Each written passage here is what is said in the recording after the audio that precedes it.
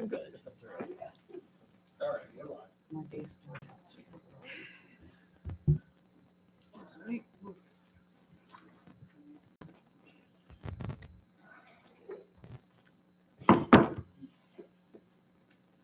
I'd like to call to order the Columbia Borough Council and Planning Commission joint meeting. Can you have a roll call, please? Councilperson Burgard. Councilperson Kaufman. Here. Councilperson Murphy. Here. Council President Zink.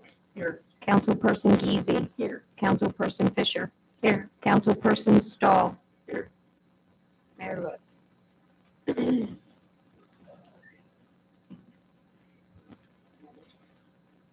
then we're gonna call Planning Commission. Oh, I'm sorry. Member Justin. Here. Evans. Member Leclerc. Here. Member Tiffany Lynn. Member Bradlin. Here. Chairperson Wickenheiser. Member Hartman. Already been advised.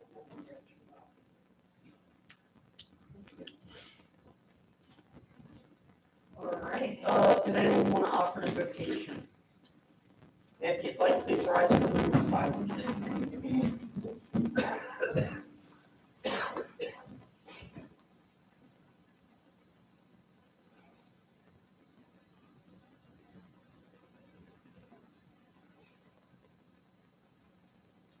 Pledge.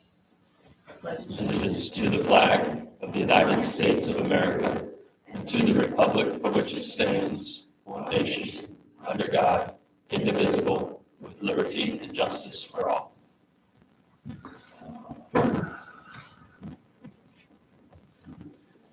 Announcement of executive and information sessions going on. Are there any additions, deletions, or reorganization? Could I have a motion to approve the agenda as published? So moved. Motion by Councilperson Kaufman, second by Councilperson Casey to approve the agenda as published. All in favor? Aye. Anyone opposed?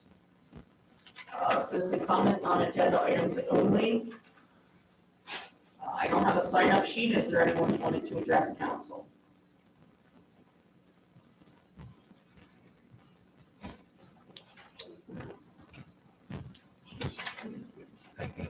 Thank you. First sign-up is Sharon Lynn. I don't have.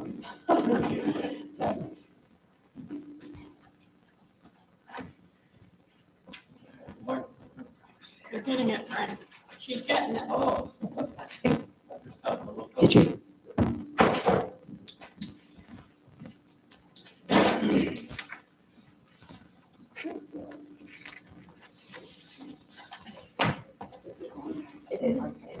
Okay. I'll start by saying good evening, and I timed my comments so that it is approximately 3 minutes. I didn't want to go over and hog up anyone's time. And I want to also say, I don't dislike any of you personally.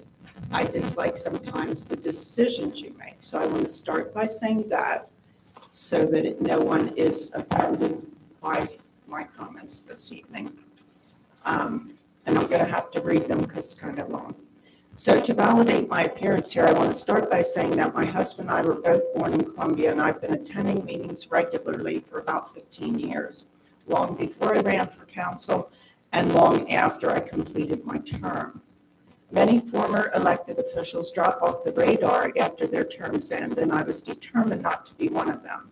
I'm here tonight to address recent statements made by some council members. During the council meeting on March 11th, Councilman Burgard aimed a statement at a couple of residents who attend meetings routinely, saying, "You people, the same people, constantly come here and criticize council," and his statement was clearly aimed at Frank Daltrick and me.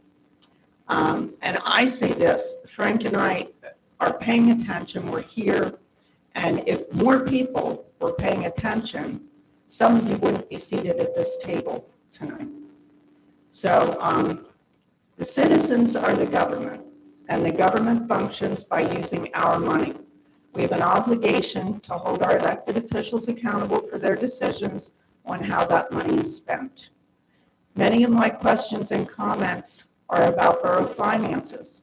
If you see that as criticism, or if you're offended, it doesn't matter. As long as I'm not cursing at you or threatening you, there's no way you can stop me or any other taxpayer from voicing opinions during our 5 minutes allotted for citizen comments. I don't know that I've ever taken a full 5 minutes. Generally speaking, my comments are well under 5 minutes, and I routinely thank those who answer my questions.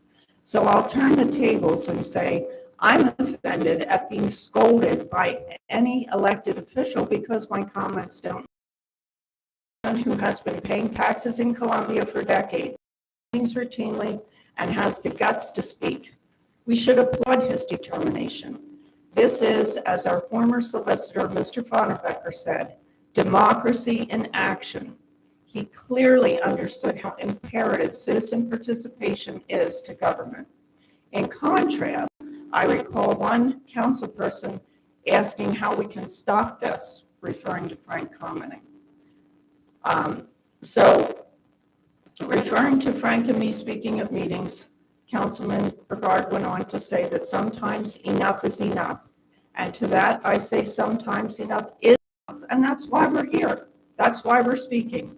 We've had enough with tax increases and continued debt. You voted to raise our taxes, and now, like it or not, you're going to hear about it. As far as the cost cutting and budgeting possibilities that were discussed in the March 4th work session, it was said that you wanted everyone's crazy ideas and you would entertain anything. Well, I think we should spend this time discussing things that could actually save the borough taxpayers money. And in closing, I just want to ask about the ad hoc committee that was going to be formed to talk about the police and how we were going to sustain the department in the coming years. Can anyone tell me who's on that committee? Has it been I don't formed? think it's formed yet. It wasn't formed. Okay, now we're in the end, almost the end of March, and I'm just wondering, why? I mean, you expect us to take you seriously when you say you're going to set up these committees and you're going to address We didn't these say we were issues. going to set up the committee. We were talking about the possibility of doing it. It was never set in work. Okay, then forgive me for that. I misunderstood that. I thought that was something you wanted to do to address the issue.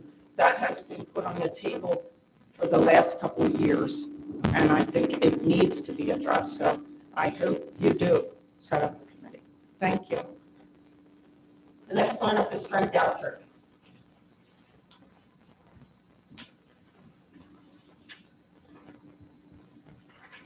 Good evening, folks. I'm going to enjoy seeing the planning commission and the council work together.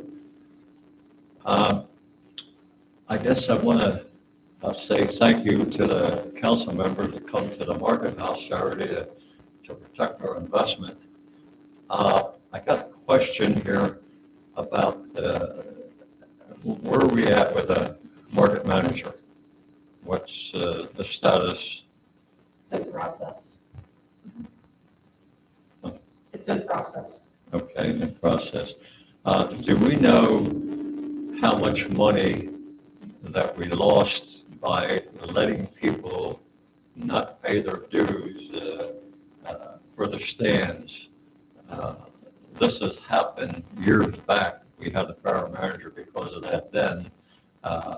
We don't know the reason this one was fired, but do we know how much money was lost in gotaways that people just didn't pay? Well, it's all on the AR report monthly in the finance packet. Yeah, nobody knows offhand No, I how don't. much we lost on that. Okay, and on the McGinnis property, the house that we bought and has to be torn down, was there any interest? I know there was an ad put in the paper, we got no interest whatsoever. No. No. And is the April 1st date, that's that the building's supposed to be down, is that That's still, not, April, that was never the date no, for the that building to come down. was brought up in council, they wanted it No, down? April 1st was the date we had given drone guys to say if they're in or out. Okay, all right, thank you.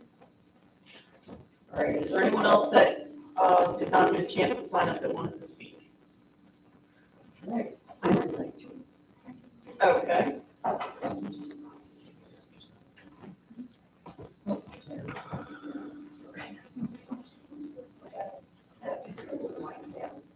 I'll just. Take it out, take it out. Thank you. Hi, my name is Jean Cooper. I live on Locust Street here in Columbia. One of the things I noticed is that the minutes of the meeting don't say anything. I've been reading them, going back to try to find out what's been going on. And all it says is so-and-so asked a question, and so-and-so answered. It doesn't say what that person answered, and it doesn't, sometimes it says what the question is, but most of the time it doesn't. So if you're out there and you can't make a meeting and you'd like to find out what's going on in council, you really can't. So I'd like to ask that maybe not now, but maybe at some point in the future, somebody can do something about making the minutes a little more comprehensive.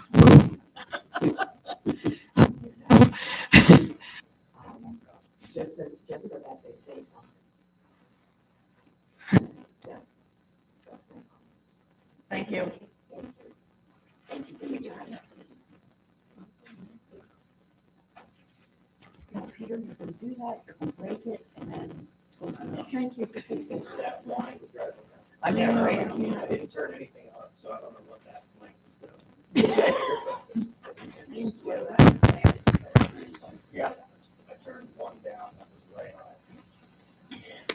All right, so our first discussion item is the light business zoning district, permitted uses and dimensional requirements. I put in the packet for everyone to see the first page is the original recommendations that ELA made at the beginning of the project, saying, these are things that you might want to consider, whatever, just so everyone had them for reference. And then I included the changes, I included council's proposal, what we had come up with at the meeting. And then also included the response from planning commission. One thing I did thank Chairman Wickenheiser, because I think all of us misunderstood the large solar production facility.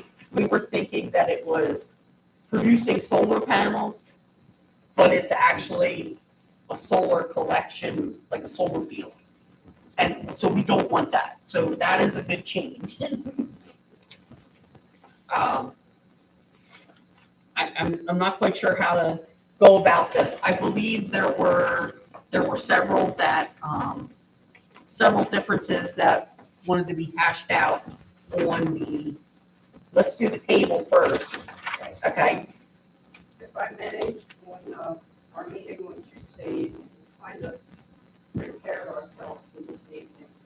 On the table of permitted uses, one thing that needs to be deleted right off the bat is that needs to be removed from the table.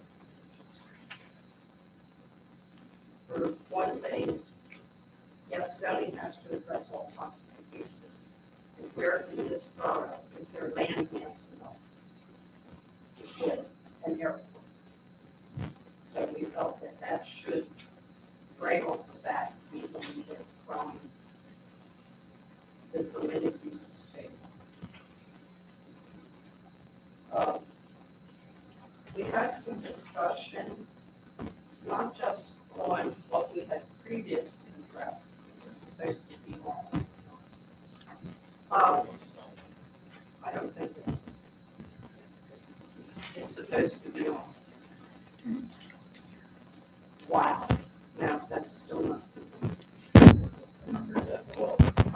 It's on. It's on. Just swallow that, Mary, and then we'll. Yes. There were some other things we addressed other than this that we had previously stated. One of them was indoor recreation. And that is permitted. One of the questions was to allow something like smoking up or even a Y to go into that.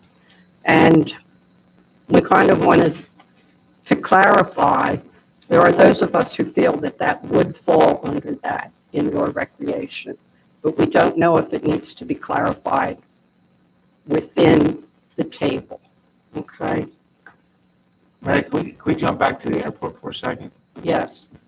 I think it's easier if we all just agree or just say we agree. My opinion is I agree with Mary, that we just eliminate the airport and just move forward. Okay, just eliminate that. Mary's There, opinion? Yeah, I would agree. actually, that is the only place you have to eliminate airport. There is no definition for airport. In the principal uses, there is no even further discussion of airport.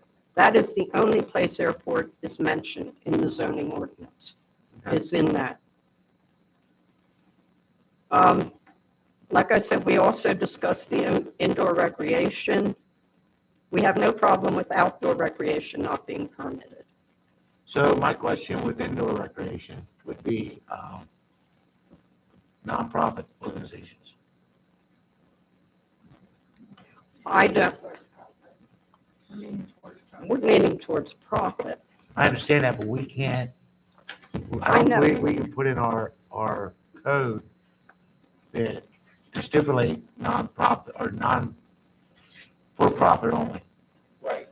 I think, one of the things, when you get down to a lot of the institutional uses that we, crossed out, that you had returned and said that We would like them permitted. you would like them permitted.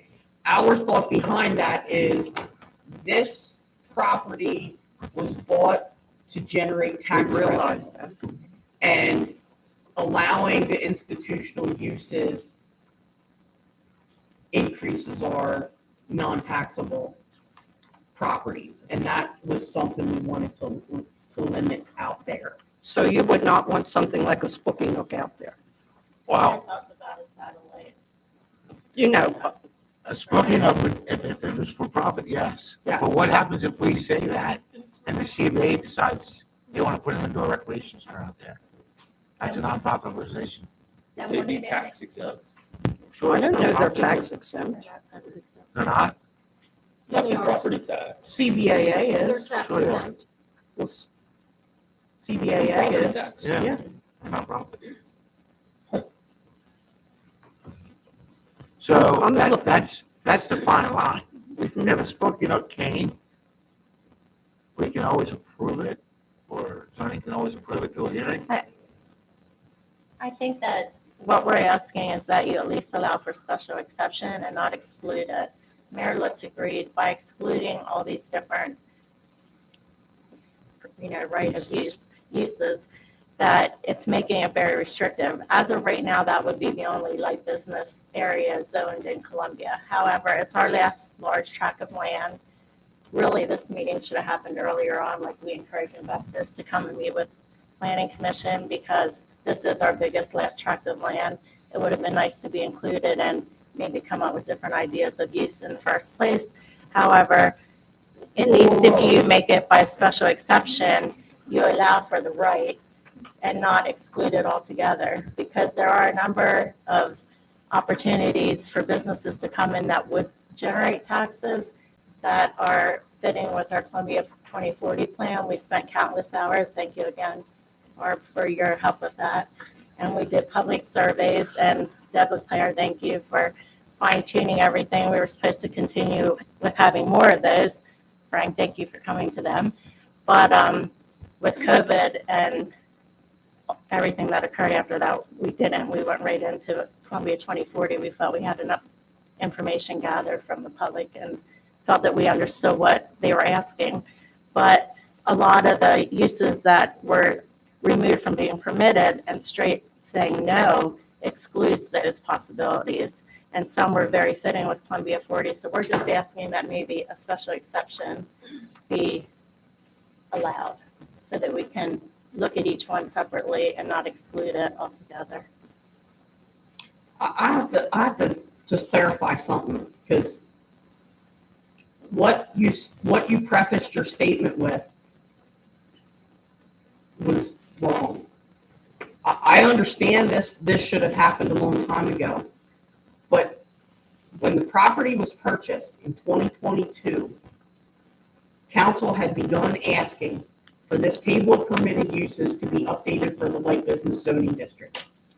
It is now 2025, and we are ready to start out there. We've been asking for this for 2.5 years, and it didn't get done for 2 years. So that's why council said, you know what, we're doing it. That's it, because we want it done. I agree it should have happened sooner. We should not be at the point where we're ready to move dirt and we don't have Right, a table yet. But I'm talking even before you develop the plans and the possibility of the industrial park, that maybe we could have met back then and had a foresight and some vision for the piece of property for our borough. Well, I think it kind of happened quickly, but yeah, I mean, we knew, and we had said from the beginning, we were looking at, a light business, light industrial park, and we had requested that the table be updated for those usages. And then we were told, well, we're working on the comp plan. And then it was, it was just, it just didn't get done. Everything So in line with each other. Okay, Heather, go back and look at minutes for the Columbia Borough Planning Commission, and you are going to see over the last several years, we were waiting for staff. We were waiting for guidance as to what direction. This past 2 weeks ago, 3 weeks ago, I was forwarded a copy of an email from 2022 that had we had it, we'd have had direction. The first time I had that to share with council was at our meeting this past Tuesday night. And that was a result of an email that came out of a meeting from the work group that was looking at the uses and the different ideas out there. That did not come to planning until this past Tuesday night. I know we have been tasked with looking at that. We are not requested. I have nothing telling me 2 years ago to look at the table of permitted uses. I have nothing anywhere telling me that. I mean, So that was could the we just understanding please- that was what staff was doing. And Derek even said, it was given to planning, it was given to planning. It was given to me So, last week that I had it to present to Planning Commission this past Tuesday night. That was when we got the direction where the ELA plan was looking at the different things in zoning that needed to be changed, not just the permitted uses. There may be changes that need to be done in the Saldo. I don't know about that yet. I didn't get into that one yet. But this past week was the first we had serious direction from anybody. Okay, let's just. So move how on. would you prefer to proceed? Do you want to go through each line? Do you want to discuss the No. recommendations that we presented? I think we should go through the handwritten changes they have on there. I think we should go down through them. And thank you, Borough Manager, for Koppel for being here tonight. Okay, you're looking at going down through the things we came back with? The ones that you make comments on, like So- I see like SD, and particularly, there's one here for golf course. And since, like you said, again, this property is the only light business. That should be removed also. Okay. And I don't even know that there's a definition for golf course anywhere. I don't know either. We'd be concerned about the whole Hey, property Mary. being. We're starting at the beginning of this table, is that What page are you where on? we're starting? Yeah. So we know where we're starting at here. I have got so many copies with so many different numbers at the bottom. It's impossible to just say to you, this is the page I'm on. Okay. So would you prefer to I'm give following me the each one? title, so if you just say it's under industrial uses, Right. I'll find it. Yeah. So if you do that, it'll be okay. I mean, in the packet that we were given for this evening, I would say to start with the last table, shall we say? Because the first table is what we sent to you, and Right, then your response came back to us, along with with our the recommendation. recommendation. That's how I was. Well, I don't think we need to go through every No, line. no, no, If- just the ones If that- we agreed on it, Yeah. Right, right. So I So think just So- discuss Only the the ones that possible mark. changes. at this point, we've agreed airport needs to come off of the table. We've agreed that under commercial uses, golf course needs to be eliminated. wait a minute, I have a question though, because that's way down. And that is Um, no. Campground, you have a note special exception. What those notes that's are, the current use, those were okay. the current uses. Okay, so you don't have a problem with that. We have no problem with that staying a no. Do you have a problem with the golf course staying being a no? Or just remove it. Or just remove it.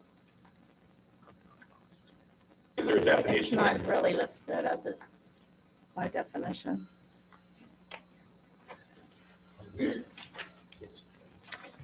And I think we have no, above golf course is the funeral home. Correct. And I think we have no problem with that remaining a no.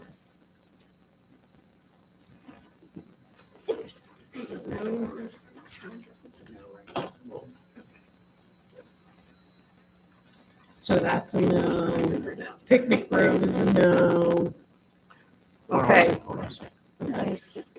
Where we at? Where's So the campground? funeral home and the golf course, you want them eliminated, taken completely out, is that what you're saying? I'm not saying, no, you can't completely take them out because they are listed in other zones there. Okay. Okay, so then But it would be kept. the thing is with an airport, No, I understand that, but the golf course and the funeral home, so what are you asking, special exception? no, Permitted? we're No, saying we're we're in agreement. okay with the funeral home being a no. Okay, I And gotcha. the golf course is a no. And the golf course is a no. Okay, I'm with you. Okay, come back up. Another one you changed there was communication tower, subject to the standards for communication. That had previously been a no, and you had requested it changed to a special exception. Yes. No. I'm comfortable with a special exception. What is the special exception for that? You would have to look at 22030A13. Yeah, I forget, we read it. It would have to be allowed. It would have to be allowed under certain. Right, under certain circumstances. Yeah, I forget, we read it when we were going through. Now we're going down, commercial uses, we're down past golf course.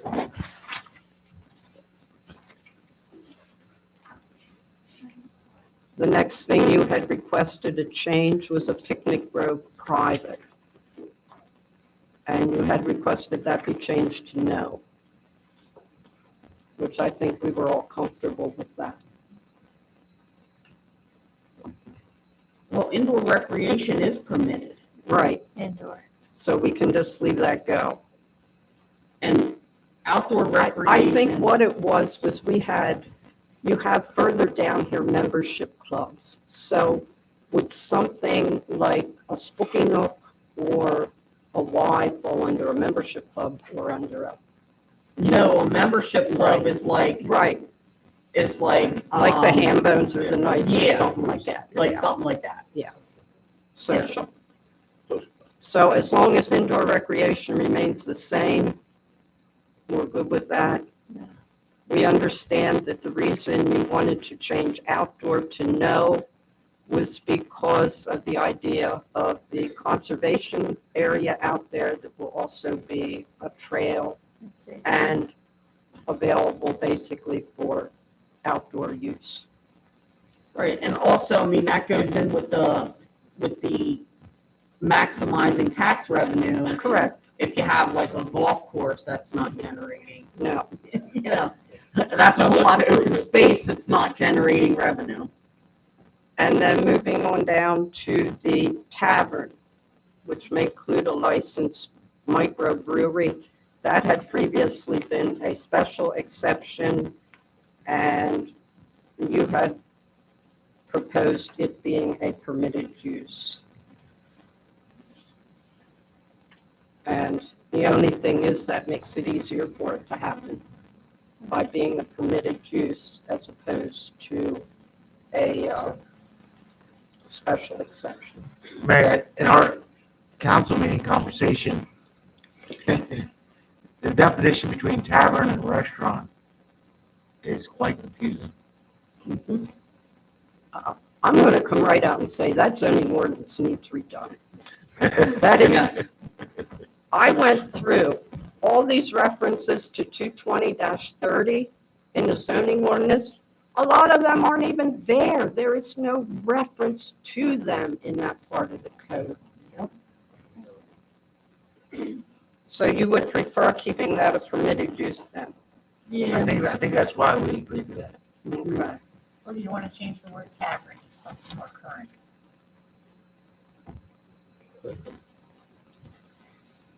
Then we Well, would have to change it to change the You gotta add a definition. definition. Yeah. Yeah, then we'd have to add a definition. Yeah. Yeah. Mary, do you want to go to one above to the target range and discuss the indoor inside? Right. Yeah, we don't have that one. The target range, we had discussion here on Tuesday night, thank you, that if you look at that section 220-30-14, it references both an indoor and an outdoor target range. And we would like to see that broken out in the table, Makes sense to me. that, an outdoor would be no, Correct. an indoor would either be permitted or would be special exception. But we would like to see that broken out because I don't know, an indoor target range seems something that people were looking for, and if somebody would want to come in and do something like that. So I think that's one of the things. Thank you for bringing me back to that. Oh, yeah, I think that'd be cool.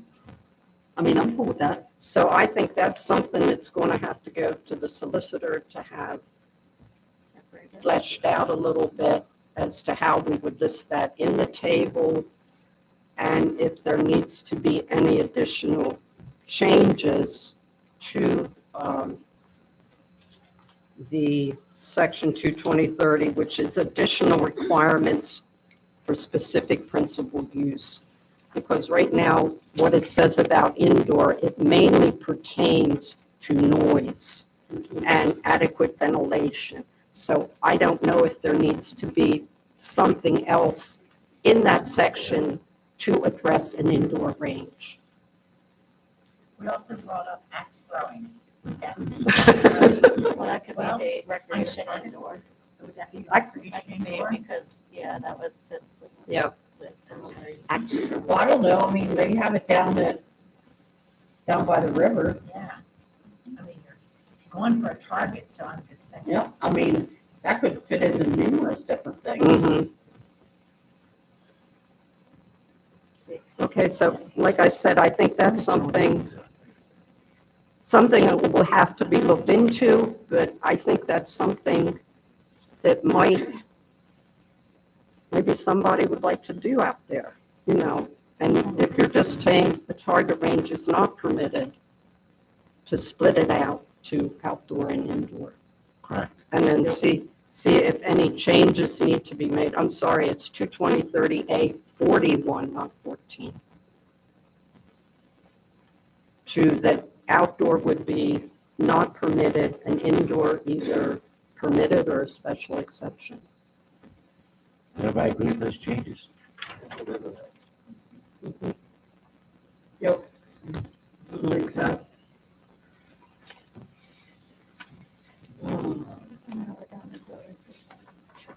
Is an agreement. Industrial uses, we both agreed on permitted. Building supplies and building materials, and sale of. I think we felt okay with that being a permitted use. That had formerly been not permitted. Correct. Cement, gypsum, concrete, or plaster products. We said permitted, planning commission recommended special exception.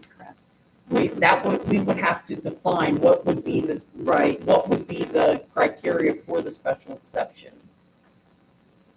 So I don't know if we could agree to just simply keep it as permitted. If we would all agree on that. Like I said, these were discussions we did have under the old zoning.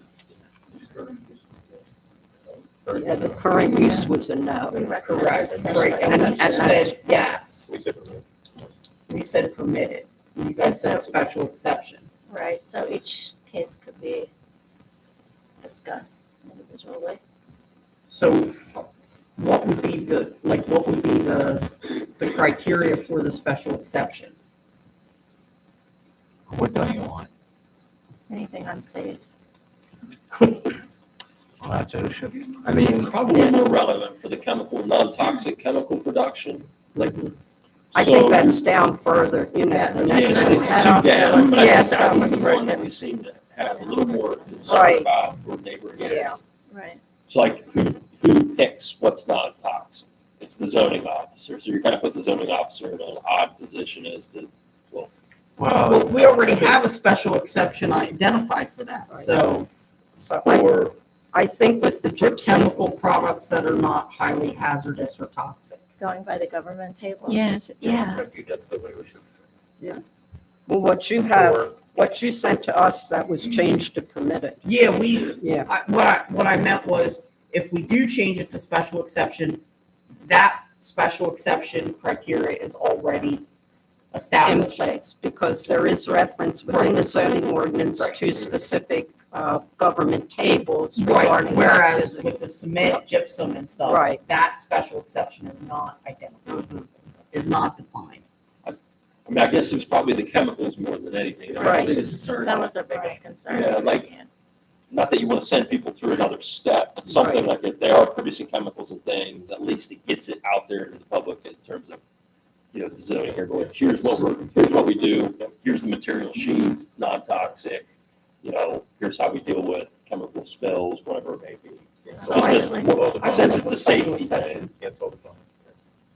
So with the cement gypsum, are we going to keep that as a permitted?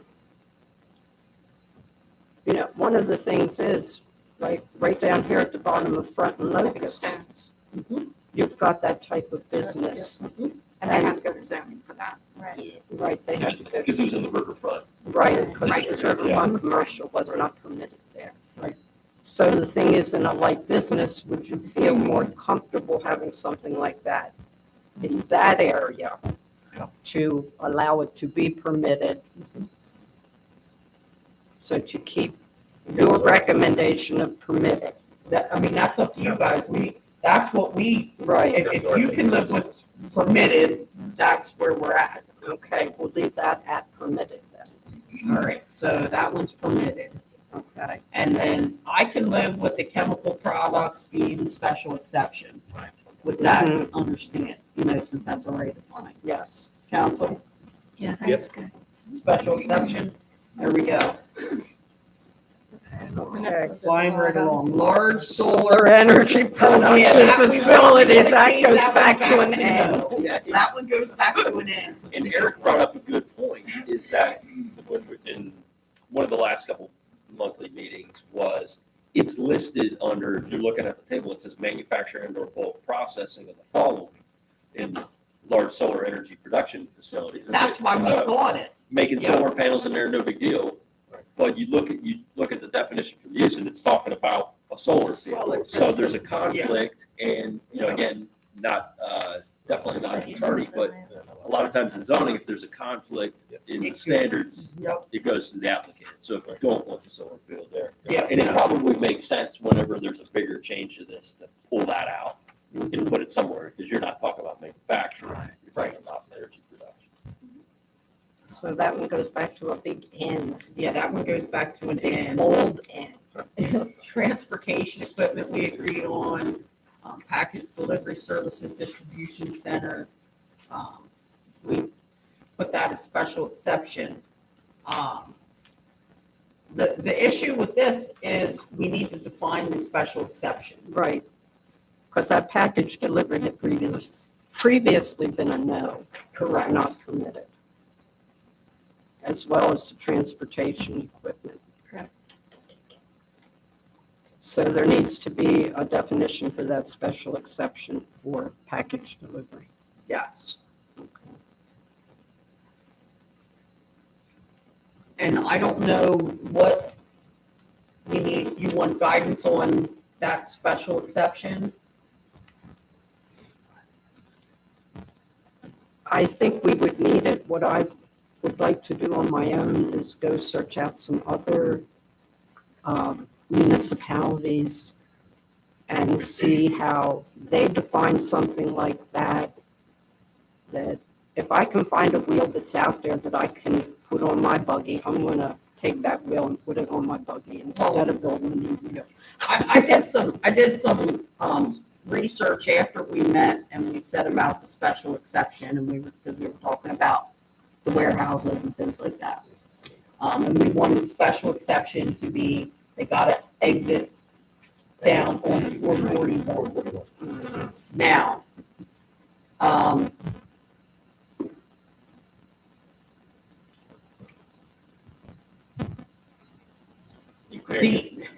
to do that, and I don't disagree, that's what we would want. However, when someone leaves the property, you can't enforce where they're going. Correct.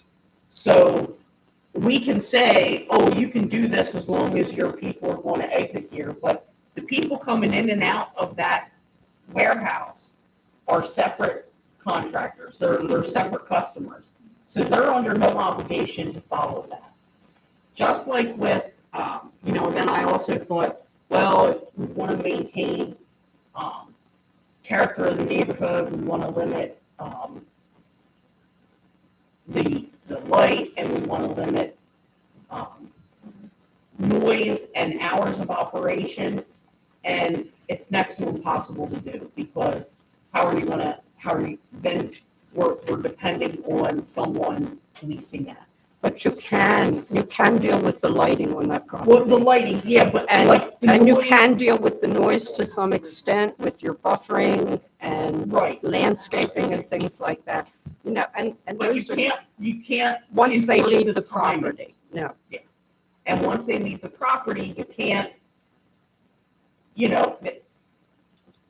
so in my mind, there's too many variables. There's too many variables that we're not going to be able to control, and even if we try and do them,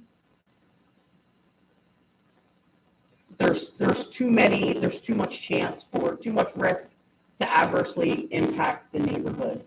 And I would like to see that changed back to no. So with the package delivery, you want that back to no? I would want that back to no, as well as the warehousing. Well, we didn't get to that one yet. Well, I know, We'll but get there. When we had our I- conversation, they went hand in hand. Well, I'll get to something on that warehousing bit. Okay. As far as truck traffic, you can control that because of weight limits. And it already is. Manor Street is posted no truck traffic. Right. So in that regards, I don't see that as being a hard thing to police. If they have, let's say a large investment comes in and builds that property and they work out a deal with Norfolk Southern and widen that underpass and get a good, I mean, that's the reality. You're dreaming big. That's the only way it's gonna work. We can't have trucks lined up on that street waiting to go through a one-way pass. You've got a truck trying to exit onto 441. He's at the stop sign. His truck's still under that tunnel. Right, that would have to be, for me to vote for that one, that would have to be a part of the special exception. I mean, it sounds impossible, but nothing's impossible if someone really wants to do it. Well, package delivery right now is a big business. You know it is. So do you really want to come right out and say no to that? Or do we want to try to write some sort of special exception for that type? Well, I agree with it. I used to run years ago. I used to run logistics for a company I worked at for about 3 years. And we were in the same condition. We had a warehouse that was in a very residential area. And, when we would send out, somebody's going to pick up or deliver, we always sent them specific instructions, what hours you had to come within, and you may only use this particular road to enter and exit. So it's incumbent upon them as well, but you can put the signage up as well, no entrance, no truck entrance or something. Much to use 441 or something. So would we want to pursue a special exception for it? I think it's best to not exclude. I think that is something that right now a lot of people are looking for. And that we will pursue special exception for package delivery. And then I'm assuming that would be something that would fall under additional requirements for specific principal uses into that 22030.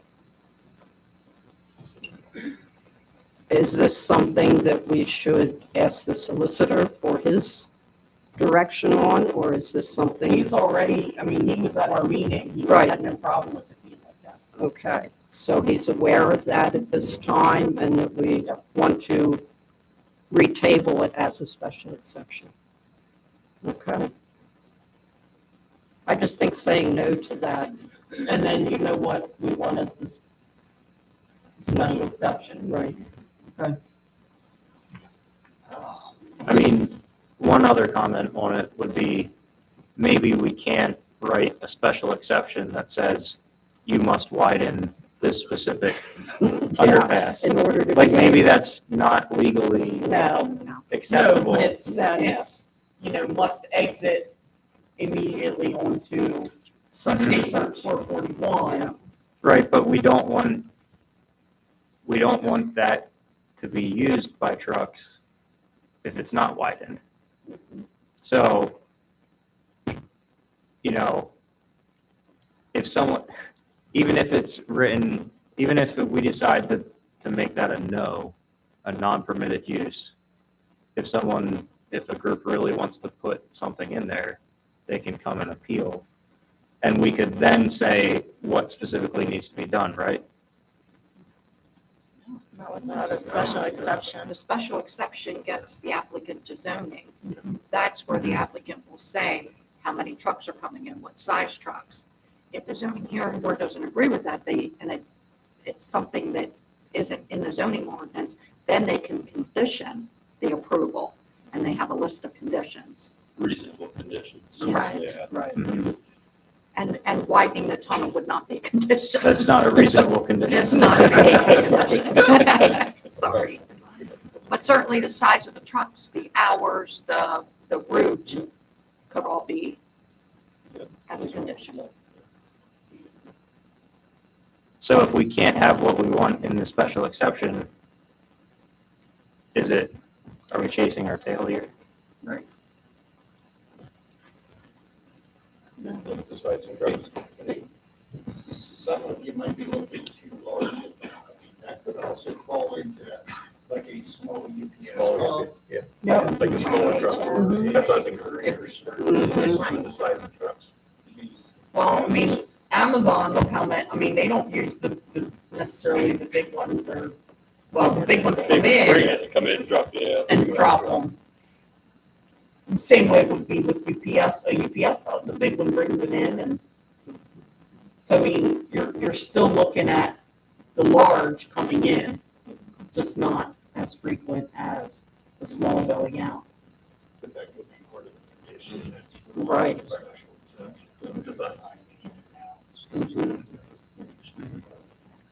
So it's like the package delivery implies you're gonna have more smaller vehicles than the warehousing, which is almost guaranteed to have a lot more tractor trailers in it now. So we're leaving that at special exception. At least it gets a conversation in here, right? All right, no issue with recycling collection center. Self-storage development, we said was permitted. Right. That would be ideal. What's that? A large self-storage, that means. Oh, yeah. Not a lot of traffic. Not a lot of traffic. Vehicles as opposed to big. Yep. Yeah. And then warehousing, we had the special exception as well. And there is no definition for warehousing, and there is no reference in section 22030 for warehousing. I know. And the only definition in the zoning is for warehouse, not warehousing. It's just warehouse. Then maybe we change that on there to say warehouse instead of warehousing.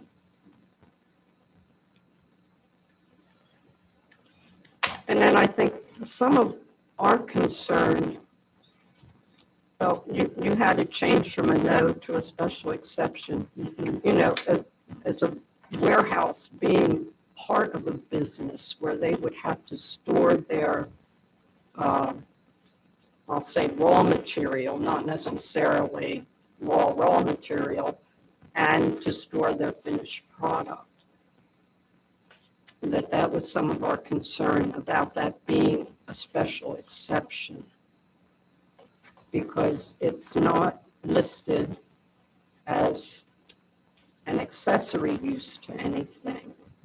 Or do you just assume that a business is going to have a warehouse as part of their operation? Any of these businesses could have a warehouse as part of their operation. I would assume that, yes. So the definition of warehouse does say primarily, a building or group of buildings primarily used for the indoor storage, transfer, and distribution of products and materials. So I guess a warehouse that was part of a manufacturer would be part of the manufacturer. So are you still looking at keeping that then as a special exception?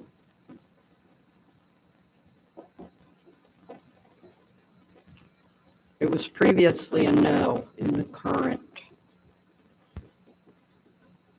table of uses.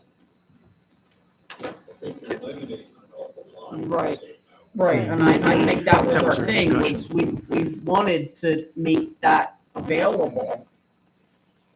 Okay. Just like with the, we kind of thought it went hand in hand with, what was that other one we were talking about, the distribution Right. thing?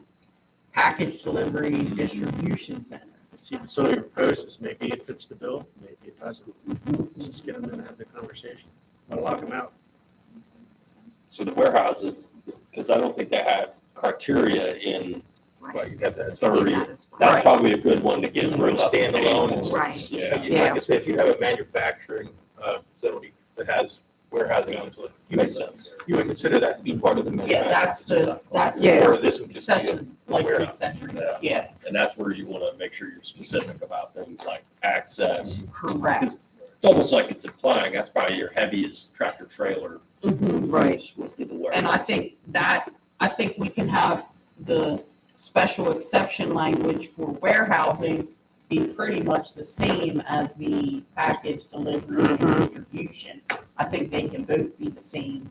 Basically the same Yeah, description. right. I mean, you know, limit the size of the trucks, Right. limit the hours, that kind of stuff. Are you going to change it to warehouse? Yeah, I'd change it to warehouse.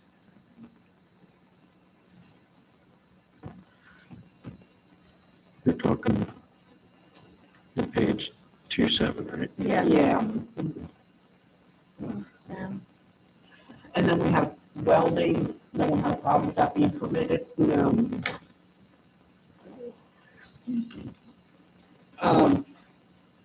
And then we have our institutional uses. That seems to be our biggest. This is where we didn't see eye to eye. No, we did not see eye to eye.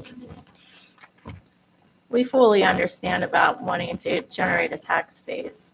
But again, as part of Columbia 2040, we saw a big need for education, opportunities for more community and cultural experiences.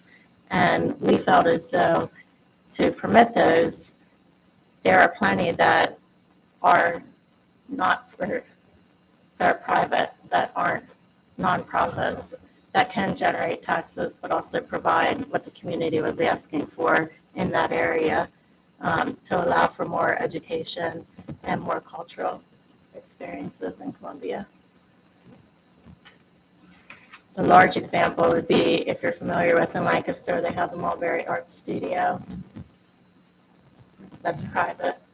It would generate taxes, but it also allows for a lot of different opportunities. And you can have private educational mentoring, job training. I would say, although I understand where you're coming from, the borough has a lot of opportunities for different areas to produce national income. And the situation that we're in right now is we don't have light industrial or that kind of space. So we're not limiting them from building. Within Columbia. Right. But in this area here, all the work that we're doing right now, if it turns into a nonprofit, pretty much a loss. Right.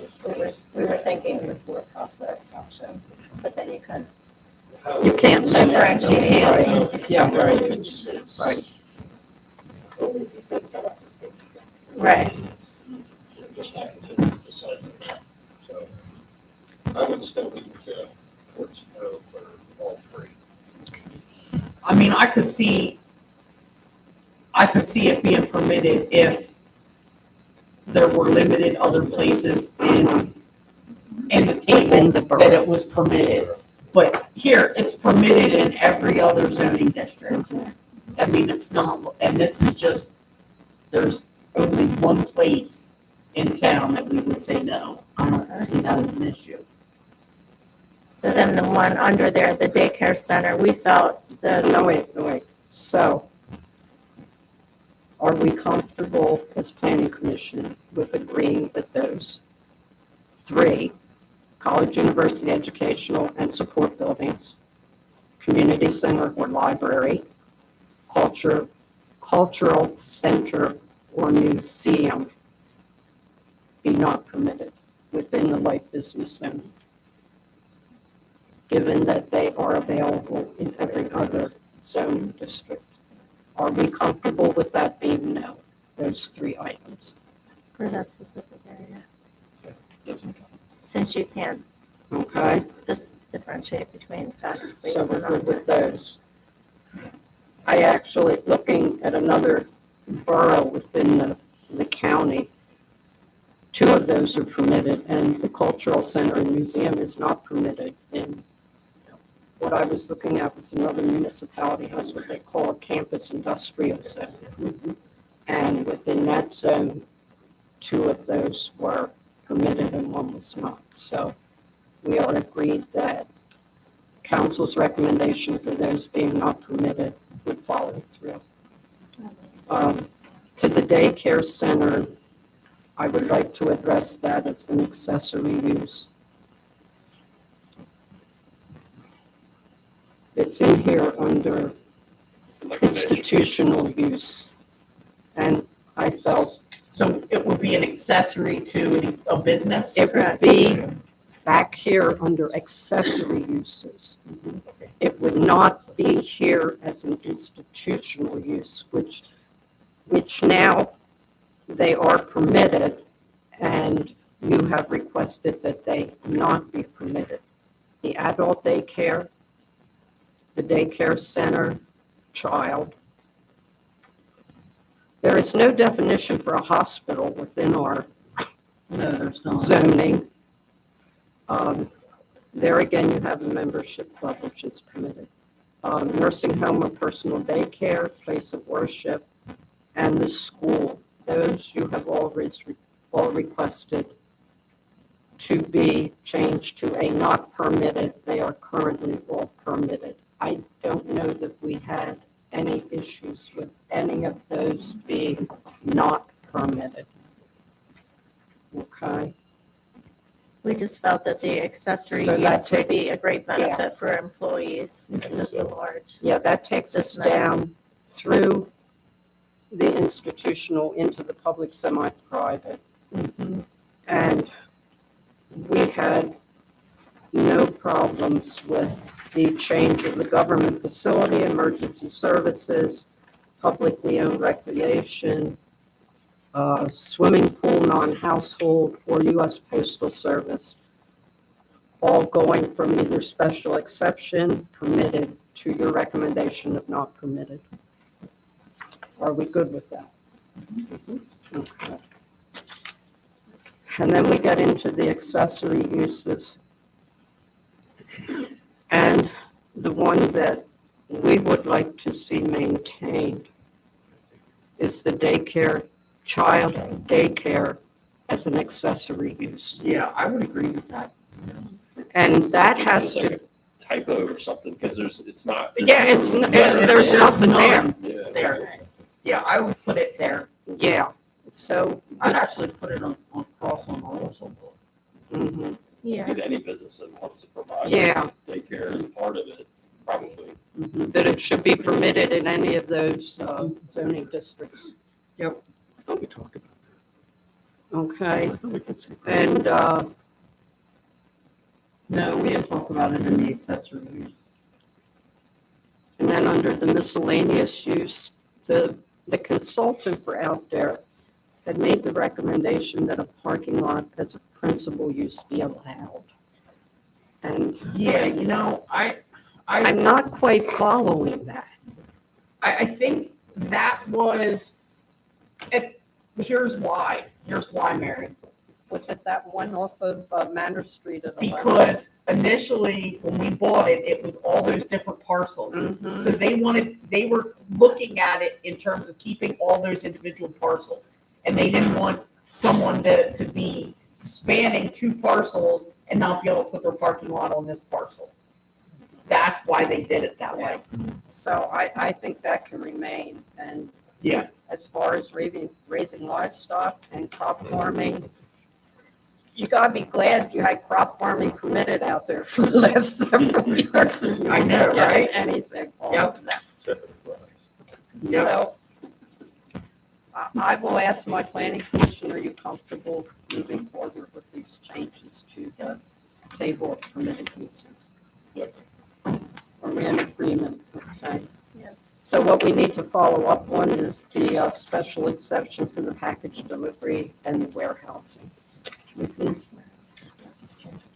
I just had a question on on the map at the bottom. It shows the light business zone. Is that accurate? Because isn't that including like the green space Oh, wait, no, the map at the bottom, at the bottom of the packet? yeah, that's the current, zoning map. Let me see where it is. Keep going down. Yeah. Let me see here. Is that before the last rezoning? That's before the last rezoning. Okay. That was always down. Yeah, So Yeah. Yeah, that it's- will change to separate the Yep, the green space. Well, wait, no, the green space is Yeah, the green space is the green space. the green space all there. The blue is, No, blue is the no, light. it's still not right. It's still, It was cleaned up and put up there. This corner here is out. Yeah. That needs to come out. that's what I was looking Yeah. at. That's another map. That's a whole different parcel. yeah, that's a different, yeah. So there's a few around here on the edge that are rezoned. But yeah, Yeah, this one is up through January 22. yeah. Yeah. Right. It's Mhm. changed. Basically, down from Green Street.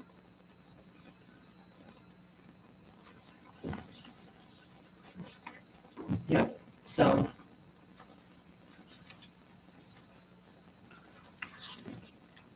Yeah, because all of those individual lines on that blue section will all be gone. Right, because that's all. Because it's all one now.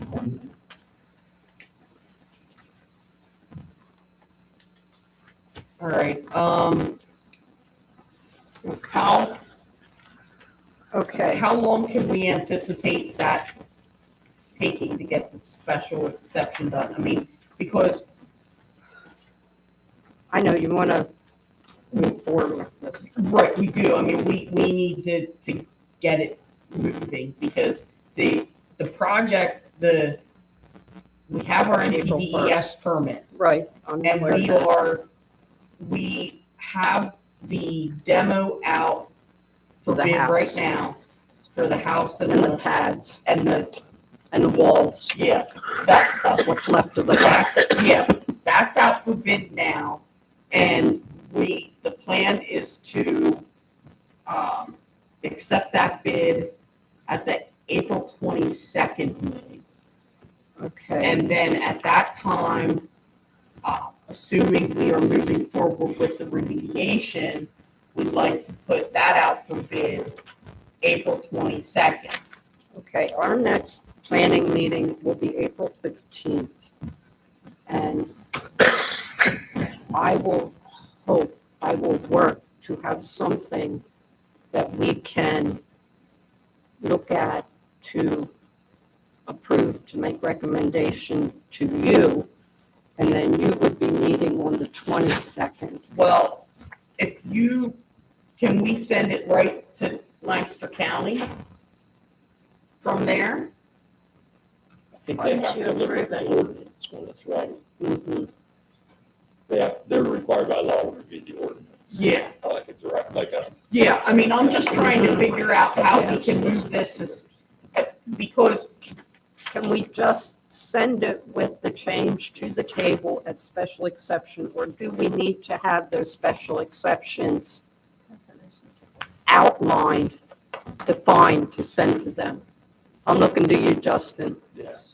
We need to have the Need SEC. to see the final they ordinance, need to see. Okay, which would include the criteria. So that's the big priority, is to come up with these criteria, because the rest is really just changing letters or whatever. Right. right. You also added about a data center. Yeah, I also Right. I don't want to lose sight of that. I'd like to add a data center because that's huge right now too. Yep. And I had another question. Would that be on, what? Go ahead. Amber. Data center, where would that fall? Under commercial or industrial use? Commercial, Commercial? yeah. I mean, it could be either really. We had a suitor for that for the fire company.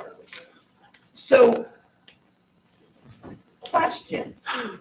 I remember, oh geez, it's gotta be 7 years ago now, maybe? I thought there was an update to the zoning ordinance to include medical marijuana dispensary. And I didn't see that on here at all. I didn't see Oh, that man, on I don't our remember table. that. That we did. I remember it. You remember? Yeah. We I did. remember it. Because it was when we were discussing, Do we want it close to a school? We talked about that. Right, So, and I didn't see it on this table at No, it's all. not. I mean, and It's because- nowhere. right. So I don't It's know all what, up in the, I don't know what was updated, but if you have someone wanting to put a dispensary out there and we don't have it defined anywhere, So you passed an ordinance that added it to. as a I thought that use. we did. I thought they did, yeah, that was, it was before me. Yeah. It was before me. It was a couple of years I don't remember. before. When Floyd's of Leadville came, Oh, yeah. right around that same time, we had been Yeah. talking about it. Yep, and then it was like, well, we better get something in place Because it was or up and else. coming Right. and the medical marijuana was passed in Pennsylvania and we felt we should have something in place here. Yep, it was right when it was right when that went through in PA that it came to planning commission and there was a big, Mary, I think you were on council then. He may have been. No, she wasn't, because I was a part of that, and Mary was the chair of planning Was she? commission. I was on both of them. I don't remember the time, I mean, I just remember it was a Yeah. couple of years before I got on council, so it's probably 8 years. Yeah, I remember. 2017. That might be right. I see, I mean, I just did a search for marijuana in the E code and But it yeah, was I, discussed in the council meetings back in 17 and Yeah. 19. So that's been a while. yeah, I know, and I thought that it had been Was updated. anything followed through on other than discussion? I don't think it was. Floyd Landis did put a warehouse on Front Street. Yeah, But We told them. we But it told was them not a CBD. it was not a it was not a dispensary. dispensary, it was CBD. Right, it had Yeah. to be nondescript. Yeah, I don't think we ever did anything about medical marijuana dispensary. I really don't. And I would, yeah.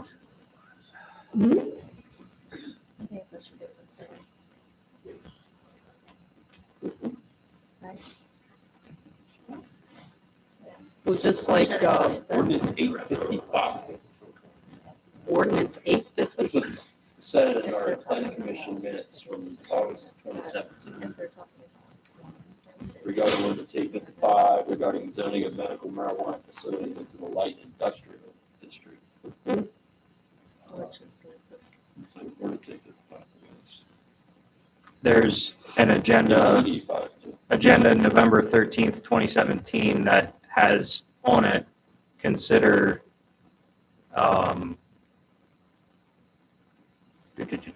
sorry, lost my place. Consider adoption of amended ordinance 885, amending chapter 220 definitions, add definitions for marijuana dispensary, grower, processor, medical marijuana, section 220. Oh, so it was added, the definition, but it was never added to the table of permitted uses. Wonder where it was put into. And Well, 220 is the zoning ordinance, so Right. we're in there. well, and it would have had to be a hearing Yeah, to amend the zoning ordinance. because we'll have to have a hearing to do this. Right. Yeah, the references in 855 and in 885. for medical marijuana. So while we're having a hearing for this, should we add that as a use in here? Might as well. And according to what I'm hearing, they're light industrial, so it's already being provided for Yep. in another It's very fitting. zoning district. Do we put that the same place we put the Club Good Times? We put that in light industrial, I'd put a dispensary in light business. light business. I would, yeah. I would. You wouldn't? That's right. I've heard it. I mean, that's where they are. I mean, they're all like in strip malls and everything. I consider like business a strip mall. Well, no, I know, but I mean, I kind of do. But- No, I mean, that's fine if we don't put it in here, but I think we should add it to the table while we're at it. Might as well. I don't want to get stuck too far in the well, though. Might as well. Because I don't wanna hold up. Yeah, that's like, we could get into the tattoo and body piercing that's not listed anywhere in these tables. Right. You So know, we don't wanna get stuck in the well. no. That's just like, I'd like to go through and clean up this whole table of permitted uses as far as the references to 22030. Right, I know. And, That's the next. yeah, and get rid of the entrails. Yeah. So I guess it's probably worth trying to track down whether 855 and 885 It's even Or even past. Yep. Yeah, that recommended that that they do. incineration, reduction, distillation, storage of rancid fats. Oh, food. Did you see that one on there? No. Yes, and then it says dead animals or offal, which I looked up the definition, and that is entrails. Yeah. Good to know, isn't it? Yeah. So, Yes, we got that in the know. Okay. When you go into the Borough Code, if you get down to the bottom there, it has a listing DL, and it will tell you the status of ordinances, whether they passed and the date that they passed.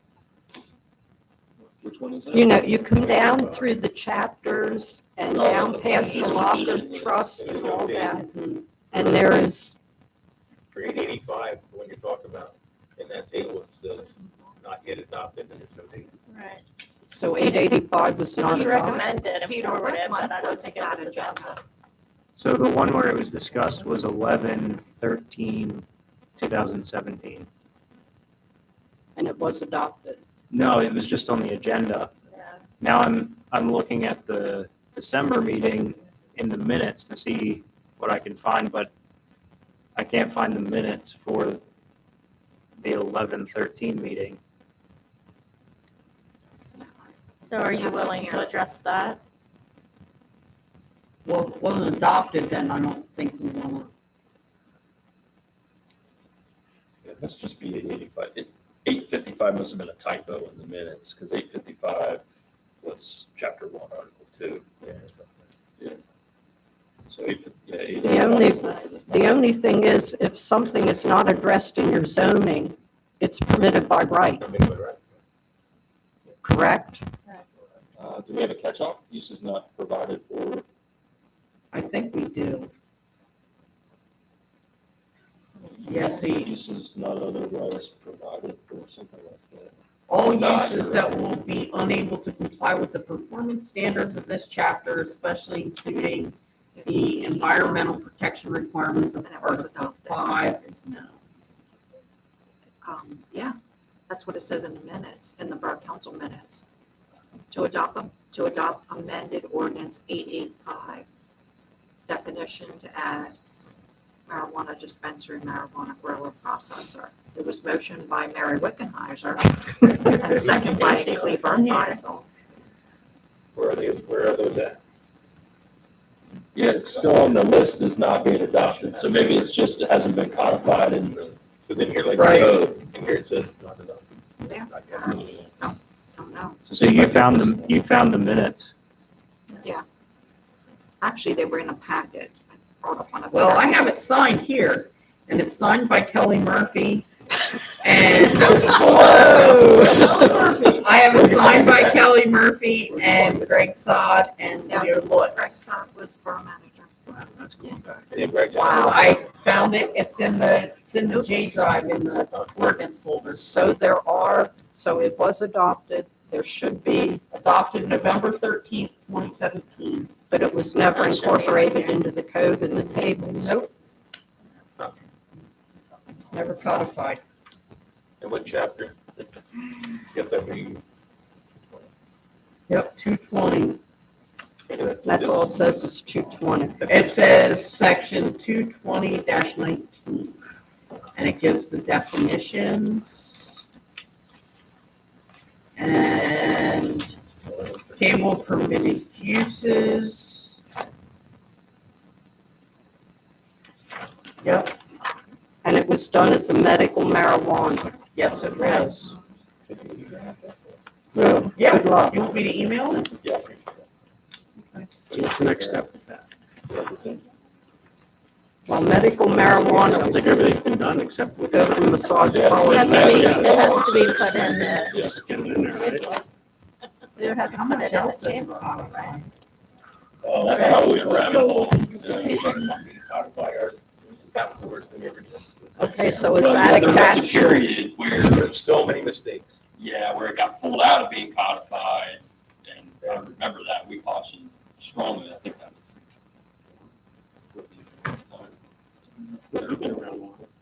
Yeah. Unfortunately, I think some of us have been. Yeah, that was very penny wise, pound foolish. He Yeah. wanted us to do all the codification, which So But, it's- yeah, it's- Since this has been caught, and since it's been passed and approved by council but never put in, is this the time to include that in Yes, if you're having. as part of this update?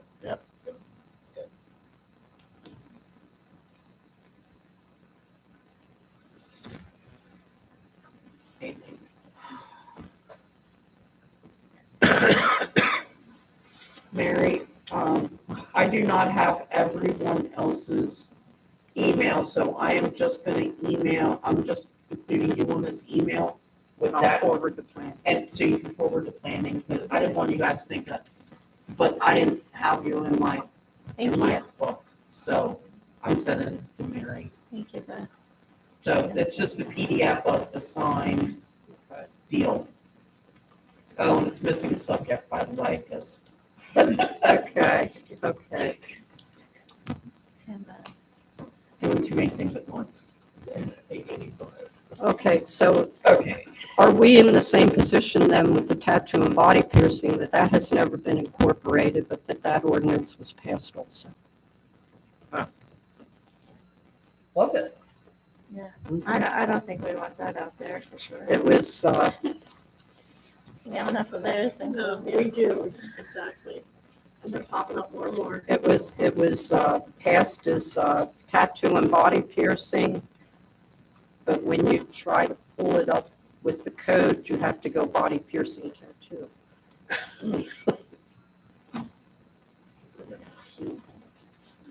I found it that way.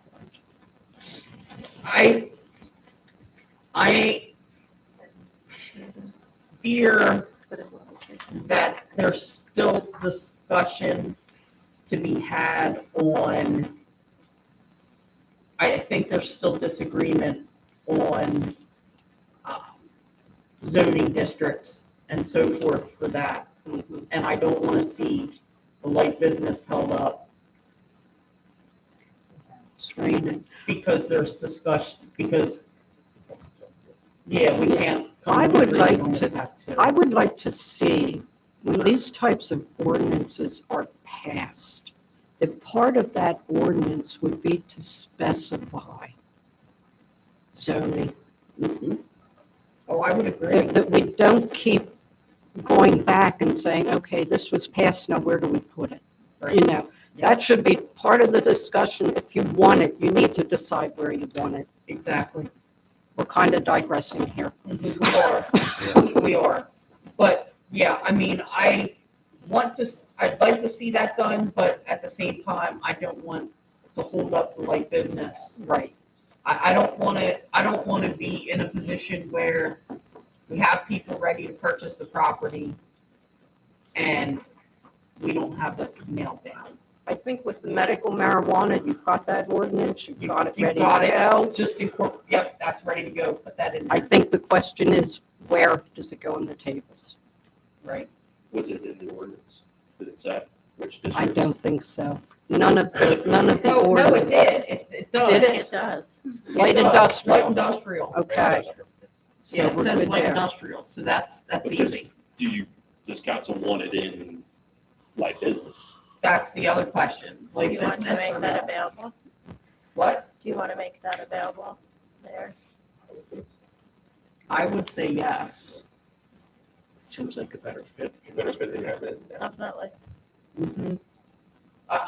You're right, Kelly. I mean, I'd rather have it in the business as opposed to the industrial. Right. Okay.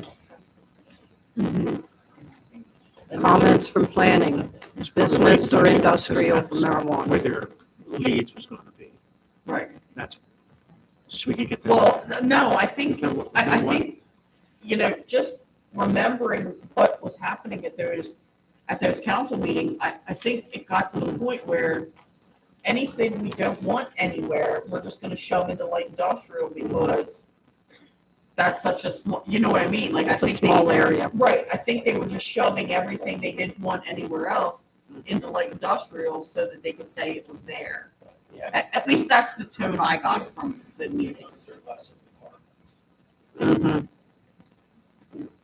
Okay. It's like anything, you know where the line is, but unless somebody's gonna push back, Right. it's just gonna float. So Yeah, so, somebody but did no, push I'm back. cool with putting that one, putting a dispensary and that's Okay. on, so Okay, good with great. that, Yes. like business. Okay. All right, and then data center, You would need a description. that's an easy, you can get that definition off of, just Google it, and that's there. So do you want me working on these special exceptions? Or, We could Come get up with your, a proposed. Come up with the proposed, yeah. you're gonna be the final approval. and then that would be something that eventually would go under the additional requirements for specific uses. I'm Yeah. using my voice. That's okay. Okay. Yeah, I mean, if you, because you guys know how to, I've got to do that. I've got good. We got a good group. yeah. We got a good you group. can, you can. And I think, to go back to the beginning, I think,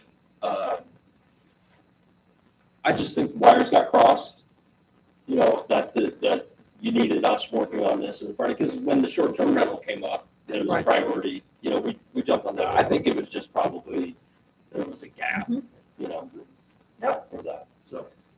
All right, so Okay. we're good on the table permitted Permitted uses. uses. Now Okay. we're on the Table of dimensional dimensional requirements. requirements. And I Okay. think this is probably gonna be easy because, I think, I don't know of anyone on council that is like really knowledgeable on. That's why I have no concept of distance. When you look at the light business under the dimensional, the last item there, maximum coverage, we would delete the 40% maximum building coverage Yes. and just have the 85% maximum impervious coverage. So Yes. that would include both. The other thing is the actual minimum lot area. Under the footnote, right? No, over here, the very first item, minimum lot. It calls for 5-acre minimum tract size, which may be subdivided into 20,000 square foot minimum lots. And I don't know, considering the size of the property out there, is that something you would want to, you've got 39 acres out there. No, actually, More, less, actually, we have 42 buildable acres. 42. Yes. So you'd be looking at being able to put 8 if you hold to that 5 acres. Now, those 5 acres could go into 20,000, be divided into 20,000 foot lots. Do we want to impose a minimum lot size on that property out there? And I don't know. We let them divide it to suit. Yeah. I mean, I would say Are you following where I'm coming no, from? I am. And I think I'm just trying to think of it in terms of, I would do a minimum of an acre.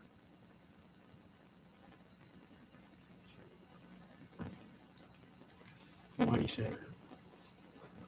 Yeah, I asked the former manager, tell me what an acre is. And he was telling me that a half acre would be Third to Market, Avenue I to Locust. That would be a half acre. 5 acres would basically be Third to Fourth Locust to Cherry. That would be 5 acres is what he.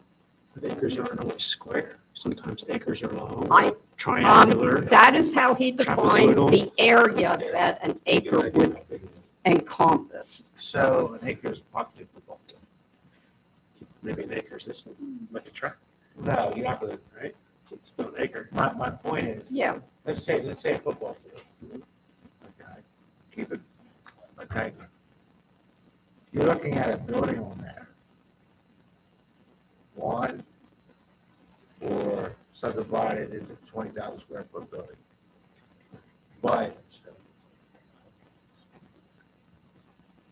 an acre's big. Mhm. So if you have 42 acres out there, most buildings are gonna fall within each property be an acre. You may lose an acre to parking lots. You may lose an acre to a building going twice the size. But realistically, an acre's an acre. Okay, I would live in it. well. So here's where I'm struggling. How much you're gonna. Here's where I'm struggling. So, right now, when the initial ELA things came out, that's when the property had all of those small little parcels and it was all cobbled together. It is now one parcel. It is now a 42 acre tract. So if someone wants to break that up, it's already a minimum of 5 acres, right? Because it's, currently 5 acres. well, no, it's currently 42 acres. No, I'm saying. But currently, if somebody would want to break that up, That's when you have an acre. that's when the 5 acres comes in. Okay, Right. so okay, And then so, on that, That's also what they look at, so, right, and then you can determine that at that point. Because if they're buying the 42 acres outright, they want to put it all down into half-acre lots. They're gonna have to have it. unless they maintain those lots and rent them out. Yeah, we're talking about side now. So if a developer takes it and they build the lease, it's one parcel. It stays as one parcel. The only way it's broken down is if they sell them off. So the Right. question is, do we want to leave this in here or do we want to change it? See, That's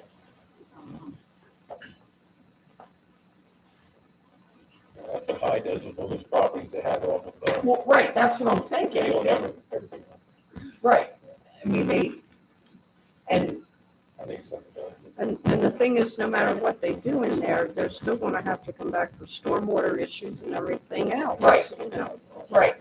all the infrastructure and stuff, we're still looking at them, but I'm thinking we just approved a daycare center going in there, right? The daycare center does not need a minimum of an acre, or no, a minimum of an acre. that's Yeah, just we an only- we accessory only Five approved use. that as an You know what I'm accessory. saying? That was as an accessory use, Todd. That wasn't as a freestanding daycare center. Okay, Right. all right. And no, and even if we approve it to say a minimum of 5 acres, it can still be broken down into lots of 20,000 square. 20,000. no, that's not true.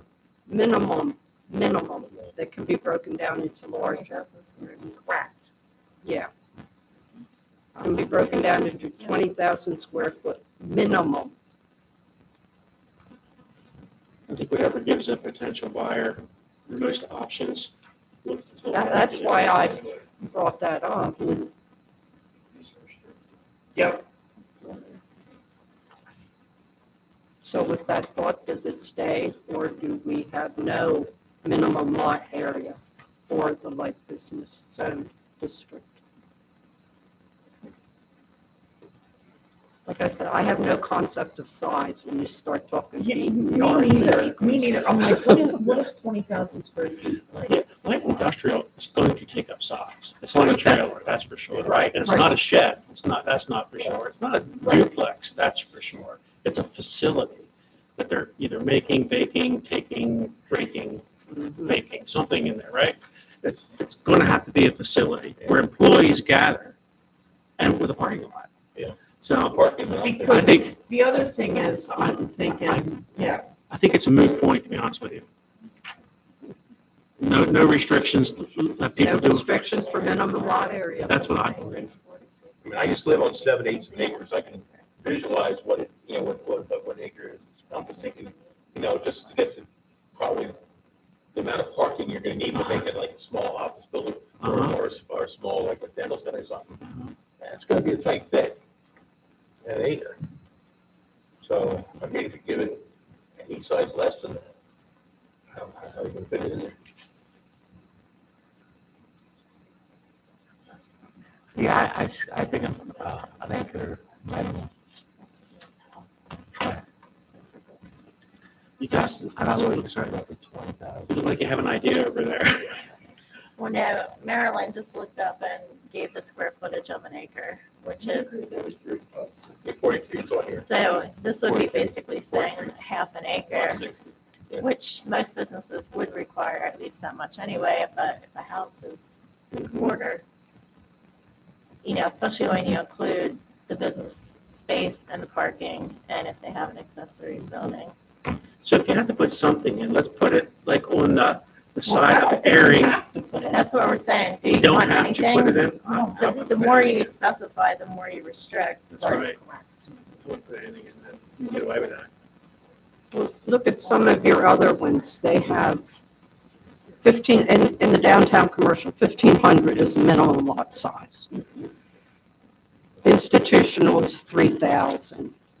Of course, when you get into the other residential, there's There has to larger be lot rationale to those figures, right? But I don't know what they are. Yeah, How do you apply that formula? I What's the don't know. rationale behind that? I'm not an expert. it's an engineer question. Right. and then the other question is, I mean, I would also question the setbacks, Yeah.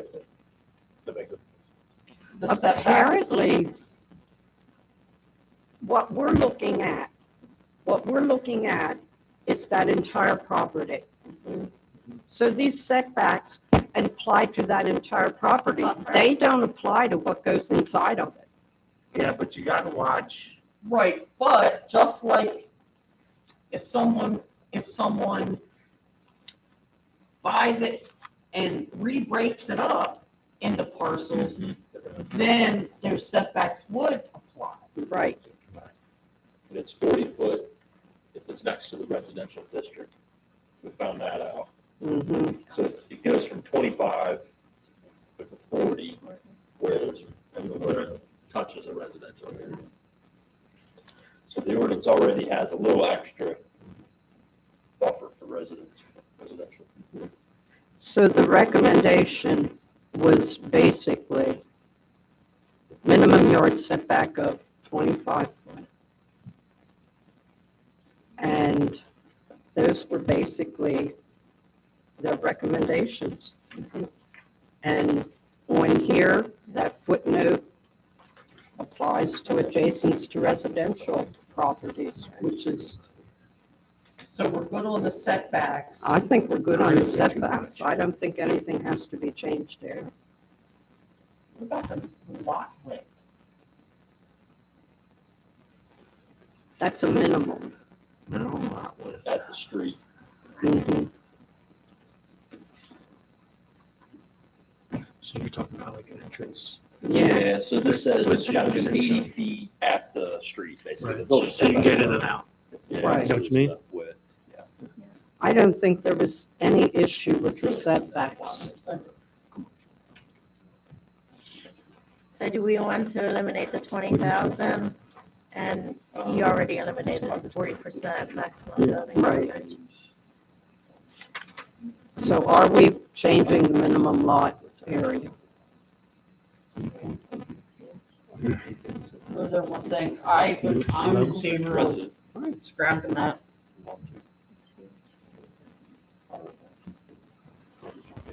We get down to an acre, you're gonna have basically 42. 43,000 square feet. But you're gonna have basically 42 different buildings there. No, you're not. Because there are sections of that we can't put a building on. But you can put like a parking lot. Right. The It's radiator. basically the very end of the runway are not gonna be able to support a building. We're not gonna make it supportable, but somebody else can make it supportable. That's true. Right. Okay, so if they excavated it out, put clean My fill. point is, if you take it down on an acre, you have 42 lots. Now, out of that 42 lots, you're gonna lose lots to road frontage, the sidewalks, okay? Stormwater. So, but even if you take it down to like, if you leave it an acre, it gets down to about 35 acres available. That's 35 buildings out there. I'm worried about overcrowding too. So do you want to just eliminate the 5 minimum tract size and make it 20,000 square foot minimum lots?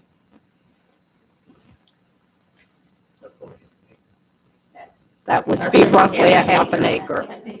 Yeah. And they can combine those, to give them more.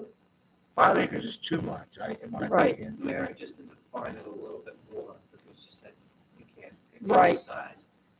20,000 Heather said she can't either. 20,000 square feet is 141 feet by 140. Yeah, that doesn't help. 140. So That doesn't help. you have to figure it most likely, Heather, goes from at least, the very least, from third to fourth. It's around the large warehouse. 20,000 square feet is just under half an acre. Yeah. But I think in large part, it's a moot, like, this doesn't even matter because we're not gonna go out there and sell 43 lots when we sell this. Right.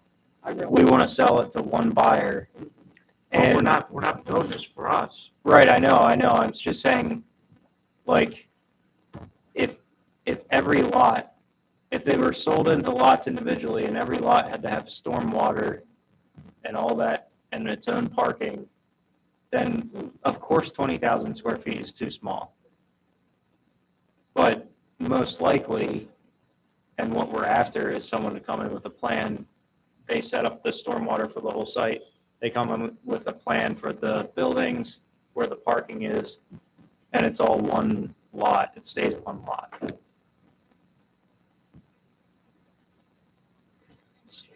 Then nothing's gonna have to change. So nothing should have to change, really. I understand with one lot, but the reality of it is, they can sell lots. Right. They can break it down and sell it. Mhm. So, We handcuff them by doing that. right. So we just leave it. No, we need to lower it. Is it at 5 Yeah, acres it's now? at 5. Or let's split it. Let's say 2 acres. That's what I was gonna say too. I can see 2 being a reasonable size. Well, the other thing to consider is, you might have a large lot that sets back from the street, but then they want to sell like a bunch of small business lots right along the street. Out parcels. So their 20,000 square feet might be fine.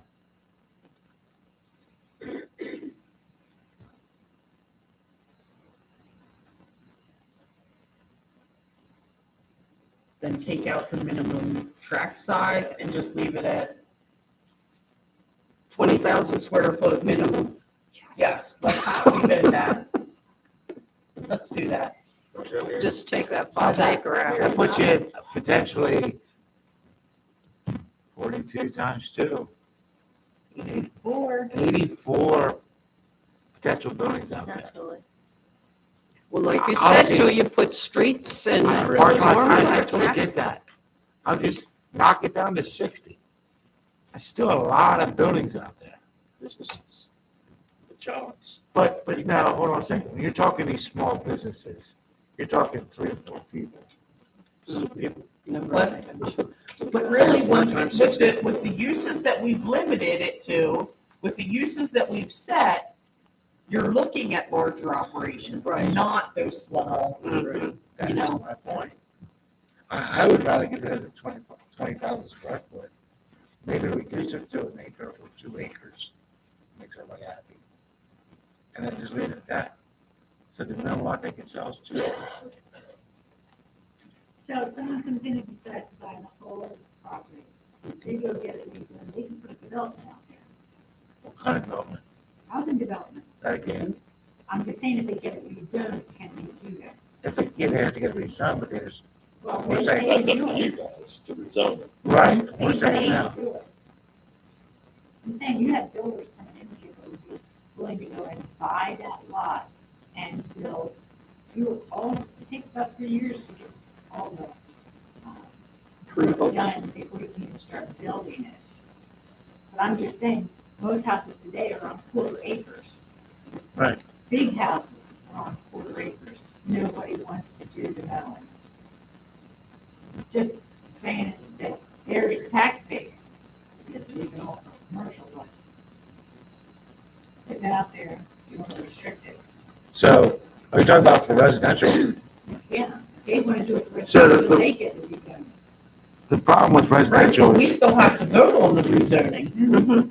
So if we don't allow it to be rezoned to residential, Well, that's what I'm saying. Because the Are we residential has restricting different it lot so much? Are right? we restricting it so much that we only want commercial out there? that's all we want. that's all. Because of the That's strain all of together.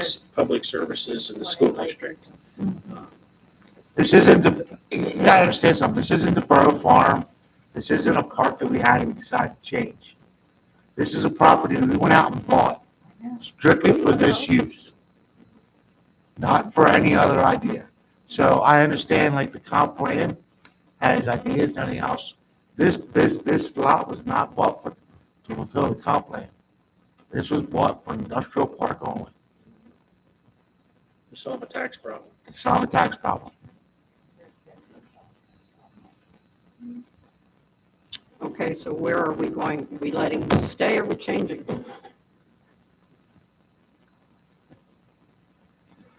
So let me ask this question.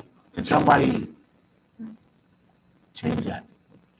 Can somebody come to zoning and Get a zoning variance? Sure they can. For a smaller lot. Most of the zoning hearings were lot size, front yard. Yeah, that's fine. Setbacks, setbacks. yeah, Most of they them. are. I probably agree is that. So you just want to let that The go? developer's going to come to zoning anyway, so. So the only thing we're going That's to what they're gonna do to change, No, Get they their got idea the put 5 together, acre minimum. right? It's like a high associate's plan. Sorry, that's Yeah. what it said. That minimum 55. That's easy to get through that. But this is a stepping point. You guys will work that out. Yep, and then we're taking out the 40% maximum building coverage. so right now we're taking out, what change are we making to the minimum? Taking out the 5 acre and leaving the 20,000. And taking out the Hold on a 40, second. yes? We don't even have to take out the 5 acre. We're coming to zoning anyway. The only thing I would say is take out the 40% maximum building. Right. Because you don't want somebody to feel like you're only getting 40% of 42 acres. What? Not every developer has to go to zoning hearing board. Right. If they, So if if they we- just had if- permitted uses. If they can do what they need to do without going to zoning hearing board, that's better for everyone involved. I'm just worried about too small tracts being sold for small little things. So my point is, if a developer comes in and buys a whole lot and wants to lease the whole lot, they'll have it how he sees fit. that's on him. If he wants to sell smaller tracts and force our hand with the small buildings, then he has to come to zoning. Well, if he's going to sell those, he has to actually go through subdivision and land development to divide that into individual tracts. Yep. It has to be 5 acres or more. Well, right now, unless he gets an exception. Right. If you're gonna go through all that, my point is, if you're gonna go through all that, a zoning need to get that changed is no big deal.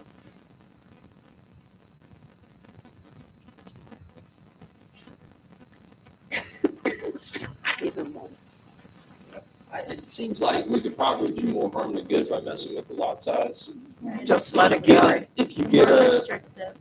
business park developer that comes in and wants to buy it, they got an option on it, they're talking to you, you got some sort of agreement, they say, this is a sticking point, here's what we want to do. If it's like one lot out of, there's about 12 of them that they can't meet, they could probably go and ask for a variance and say why this needs to be that way. If they're saying we got all these can meet it, but we got 3 or 4 here that we can sell to technology businesses or farm off for tech, and they only really need an acre and a half. Maybe that's something the council says, okay, we understand, and then you can change that at that time. But you're probably right. I agree with you. You know, I think keeping it as boilerplate as possible for a potential contractor to come in here and it looks like it meets their expectations in every way. We start changing things to kind of suit our needs, like lot sizes, and like, what, you got this funky lot size in here. I've never seen anybody do that. For them, that's a red flag. I would just keep it as, manage their expectations as much as possible. Like you said, if they got a problem with it, they'll ask to change it. I keep it as boilerplate as possible. So leave the lot size and just change the 40% building. Does that make sense? Yes. Yep. But I think this was a good discussion. I think it's something that we all needed to discuss. Okay. All right. Did we get all through the dimensional stuff? Yes. All right. That was basically it with the dimensional stuff. Like business, done. Okay, I think moving forward, we'll be looking at some additional things like fencing. If there's fencing needs to be done, we will be looking at what buffering we would expect, in particular where the property bounds with residential property. You talked about that planning, and I have a question about that. Because I don't want to lose land to quote unquote buffering. If we gave land away already, and we did, there's a whole bunch of small parcel lots that ran up behind the neighbors' homes. And they were triangles, little triangular pieces, which would have fell into your buffer. We gave them that land. So now to say, okay, on top of that, we're gonna come back even farther. No, I can tell you, if you want to talk to the neighbors out there, the neighbors are happy those trees are staying there. They figure that's a buffer for them. But there may need to be additional put in amongst that. I don't know if the trees are staying or not. There they are. The buffer would be in the setback. Right. So that 40 feet or whatever up against Right. the residential, they can't build in anyways. That would be where they would plant the trees. Right. You don't want to double, like, okay, here's your setback and then a buffer. Yeah, you don't Right. want to. I had, you talk about the trees out there, I had a neighbor who lives out there tell me that when Pat McGinnis was still living and his brother Jim, they had someone out there to check the woods out there.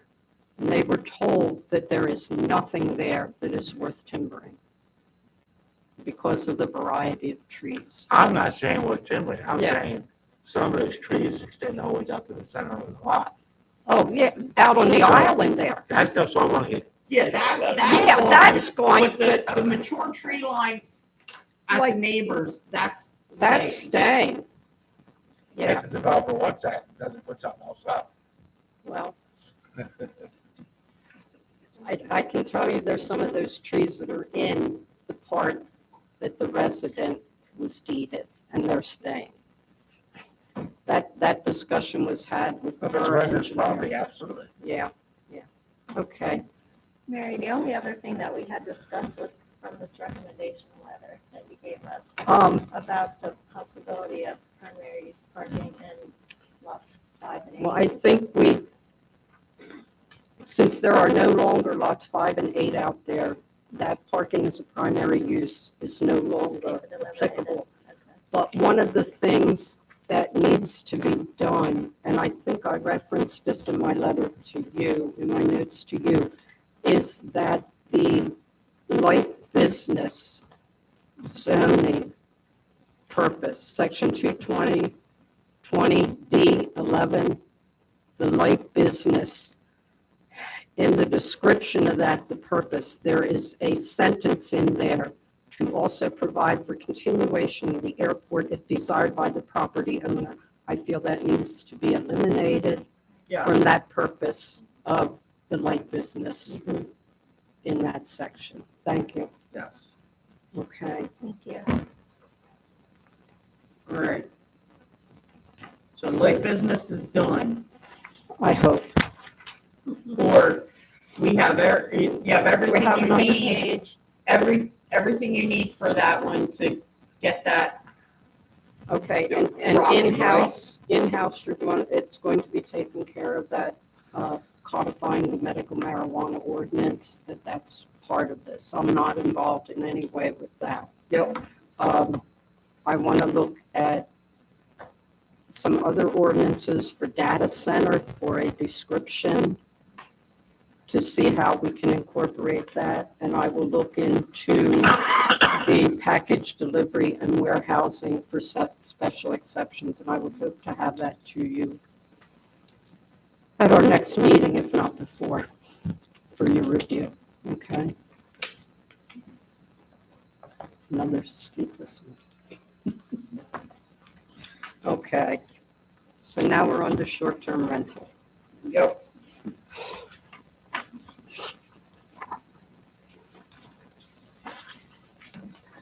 Short-term rental's been going on too long. All right. That's just since you were here. So what are we looking at here? We're looking at the document that was tabled by council in October of 2024.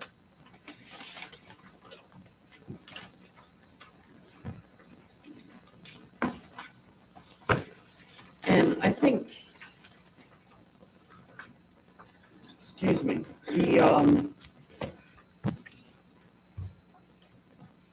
there was discussion that there should be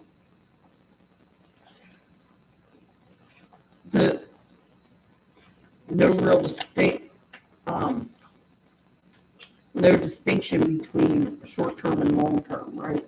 Right, yeah, I mean, there's A short-term rental or a regular rental. there's very few things that are actually different between a long-term and short-term. One is the days of stay. One is inspection frequency. One is the fines, or the fees. Other than that, they basically flow hand in hand, the same requirements. Where? Yeah. Location. Location is defined under zoning now. We're talking about the ordinance for Right, so short-term rental. that's why we separated it. But You guys have discussed moving basically the standards for long-term and short-term and how you manage rental properties in chapter 166. I think that's what you said Tuesday, right? yeah, So all those criteria on, requirements, contact person, that's inspection bang, everything. frequency, that's going into 166. And so the use itself in zoning is really there to tell you where it could be. Right. So if that's the case, then all we have to do is put short-term rental in the table for zoning. Which it already is. It is. And then all you have to do is say yes or no, and then that clears that up. But the definitions are the same. So to have two different ordinances with the same definitions, I see down the road, one ordinance getting changed, the other one not getting changed. So there's a conflict. Paula, what are your thoughts with the enforcing the different rental properties? I'm sorry, what's the question? How do you feel about it being separate or put together with enforcement? With the enforcement side of things, I think that where we're at currently is probably gonna be the best way to go. The only thing that I'm looking here now for, What page? I think the fees are, have they been determined for sure? For short term? Just suggested. Yeah. I think that was part of, we had made the recommendation and that was part of council to So the approve. fees are supposed to be the fee schedule, they're not supposed to be on the ordinance. Right, right. And see, that was the other thing, when this was presented to you, it really was not presented to you in the form Of an ordinance. of an ordinance. And I think that was one of the big things that, I agree. that had you guys kick it all, table it, because it wasn't in the form of an ordinance. But this is what we had to work with. Well, can we agree on the, where to put it in table of permitted uses? Well, it already is in there. Well, right, but I think that was another thing that council was considering putting it in different. The bullet points that are on. With the exception of like Bottom of business. one, top of two, yeah. Yeah, with the exception of light business.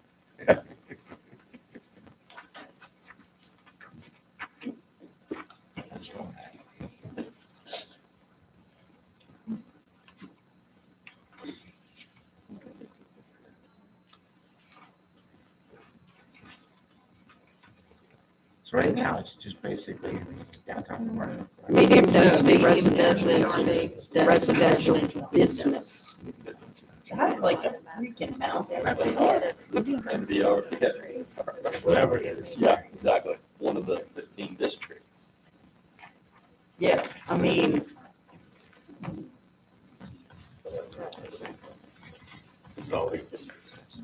I think there was a map, somebody had put a map together that showed where it would be, Permitted. like, in these districts, what shape that would be.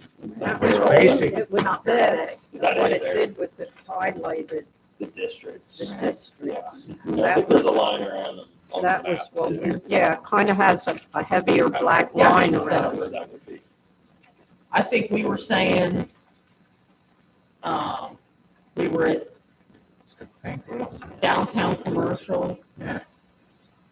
Allow it riverfront commercial.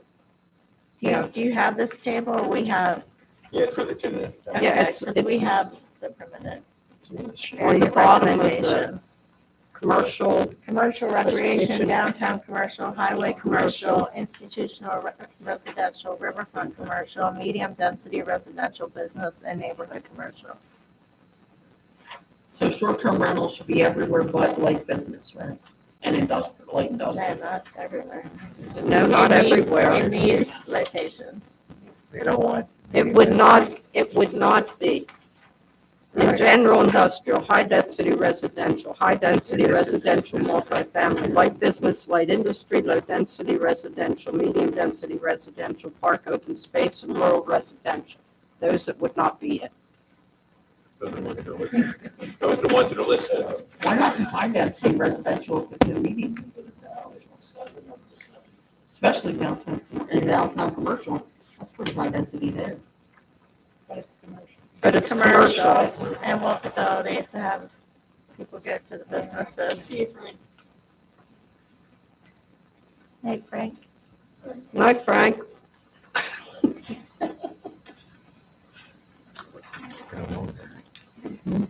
If you can see this, Oh, we see it. it would not be in any of this. Right. But it is. For one thing. It would not be in this, although it would be in that area around St. Peter's Apartments. It would not be out in this end of town. And I think this was part of the presentation. This was part. Yeah, it's in the package. Yeah. So what are we trying to resolve with this? I see two things highlighted on here. We talking about fees, like, Right, what's, well, Well, this was left for discussion items a few months back, and I think we didn't have any issue with the draft. as it no, was. we had no issues with the Yeah. draft. The reason it's back here is because council tabled this in October of 2024. And it's never been resolved. It's still sitting there. And one of the comments at that council meeting was that they wanted to get with planning to discuss this. And I think what we have presented here is our idea of the short-term rental ordinance. And now what we are hearing is that it should be one. it should be one rental ordinance. Because right now, if you look at your ordinances, chapter 166 basically is lead-based paint in rental ordinance. That's all I that's know. there. 220. It's gonna be changed soon. Told at our meeting on Tuesday night that it was being looked at to consolidate. So we never looked at this as being part of a consolidated ordinance. You think Have it's it a as bad idea? standalone ordinance. Do you think a consolidated ordinance is a bad idea? Can you argue against it? I do. Why? Because they're the same rules that apply to each, Sure you do. People get and confused. How do you get confused? this keeps it clear cut for what type of rental unit it is. Well, like in the short-term residential, it defines in there that Short-term rental. short-term rental. Let's get Yeah, like, the type of property. Like it has to be in a detached, single-family dwelling unit. Right. Okay, How many detached single-family units you see down there? that's right. That's why it went to medium density residential business. But I can see where you want to put it all together. But when you have questions about a short-term rental property and what is involved, to be able to just look at what you need for that short-term rental instead of going through an ordinance that combines the two of them. But I think they're the same requirements. And why not just have the same requirements in two different sections so somebody can look up short-term? So do you do like chapter 166, you have an article 1, which right now is your lead-based paint stuff. And then you have an article 2, which is short-term rental, and an article 3 that is long-term rental. Is that how you do it? If you do it that way, great, but don't merge them. You can't merge them. But if they have the same requirements, Well, when people go to look for real estate and in the back of their head, they're thinking, oh, it's long-term rental. And it's all under one, so apparently I can get special exception and get it done.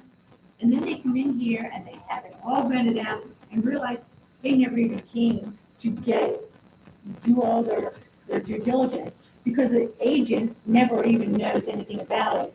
And now they're stuck with a house that they can't do a short-term rental and they don't want to do a long-term rental. So now the house is back on the market. So it's got to be crystal clear when you come in here because people are looking at, like, I have a listing in Strasburg, no short-term rentals allowed at all, none. And it goes in there and they are absolutely adamant about it. So I'm just saying, it's got to be crystal clear when people are coming to buy real estate, what they can and cannot use for that property without confusing all of those I agree. restrictions. but we don't put long-term rentals on our table of permitted uses. But the short-term rental is. Right. So to me, that's clear. Yeah, because it's, I forget whether, I don't know if you can necessarily restrict whether a dwelling unit is owner occupied or not owner Correct. occupied. Yeah, but you can say, yeah, it's gotta be 30 days or longer period, the lease period, which is long term. So that's probably why the long-term residential is not owner occupied. It's not a different use, Right. right? Whereas what it's saying is short-term residential, Airbnb, whatever it is, it's a different use. It's more like a lodging type of thing than it is a home.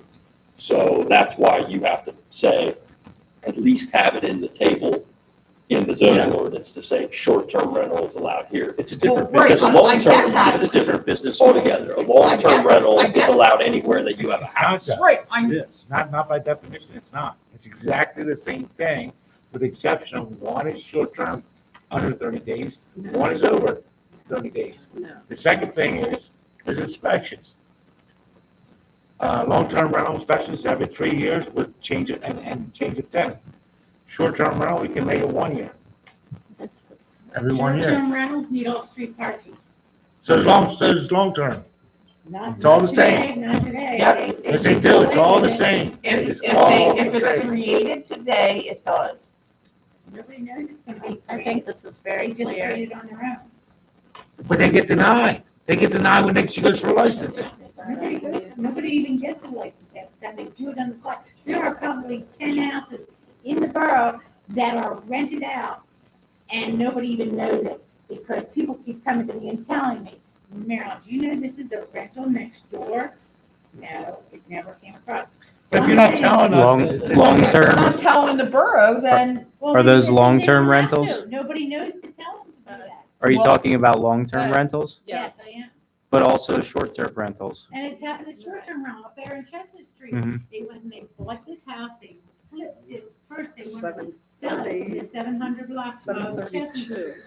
And they couldn't do it. They had to put it back on the market because But- they couldn't get what they wanted for it and they wanted to turn it into short-term rental. Came here and we denied it. We couldn't do But it. there are some who are just renting on Airbnb without even asking. Exactly. Right. Exactly. So Why the would you ordinance have something still, in place to- the ordinance still didn't do anything for them. We do have things in place. We need to be told. Right, exactly. This Once we find out Then you about can do it, then we're enforcement. fined and shut down and everything else. Yeah, I'm back to the Bible where, I mean, if I want to buy with the intention of being a short-term rental, or I want to buy with being a But rental, all the time, yeah. it's on me to find out. What if they don't? Just do it anyway. Then they get fined, they get rejected on. That is if they get caught. Once, yeah, once you Somebody's know. got to report it. you know. Well, if they're not going to report, shame on you, and there's nothing I can do about that. You know, like I said, to incorporate them all into 166 and have the one article that's short-term and the one article that it's rental, I think that's clearer. Even if both sections say the same I thing. agree. Well, Because look right now. For that short They're term. looking for definitely short-term. They Right, want the specifics. I agree with you. but right A lot of now, those calls. go I into can your, tell you. go into your zoning ordinance and under 220-30, you're going to find short-term rental as a principal use. Go into 220-31, you are going to find the exact same wording for short-term rental as an accessory use. Those same words are in that ordinance twice.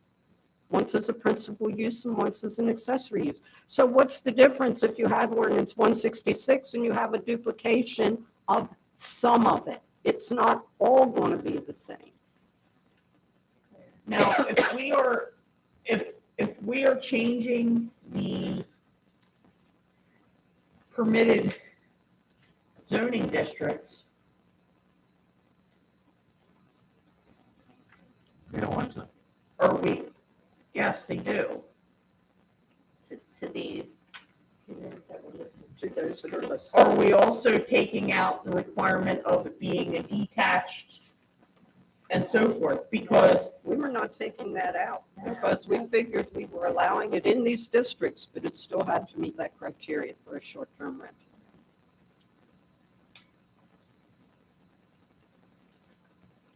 so, I mean, that's the next thing.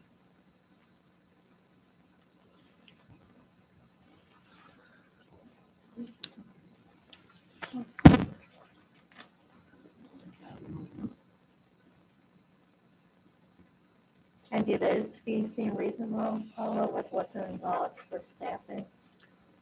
All the requirements and the time involved to take care of things? Right. Yes, the suggested fee schedule. would recommend that they would be exactly the same as. No, it can't be. Rental. Well, the amount, how often you do the inspections would change, but the fee should be the same.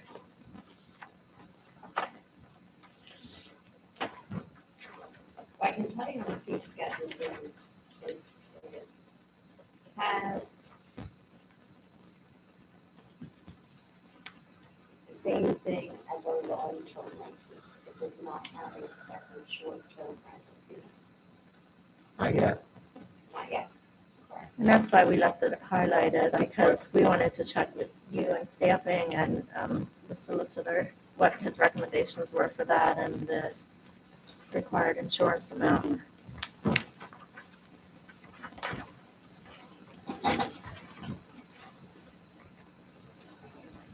mean, I can remember Jessica saying, we get to see. They should be fine. Right, I thought too. And everything has gone up now, so it's been this much later. Right.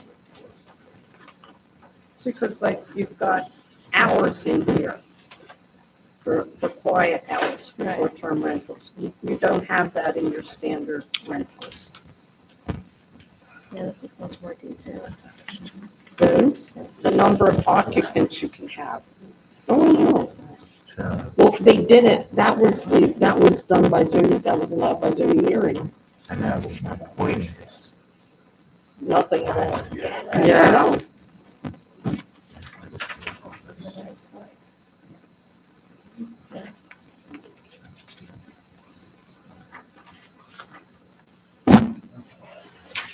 There you go.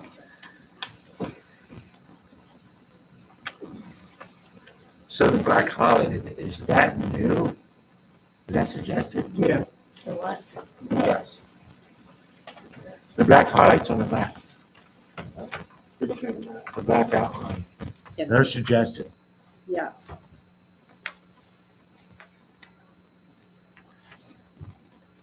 So the farther uptown you go on Locust Street, the more single homes you get.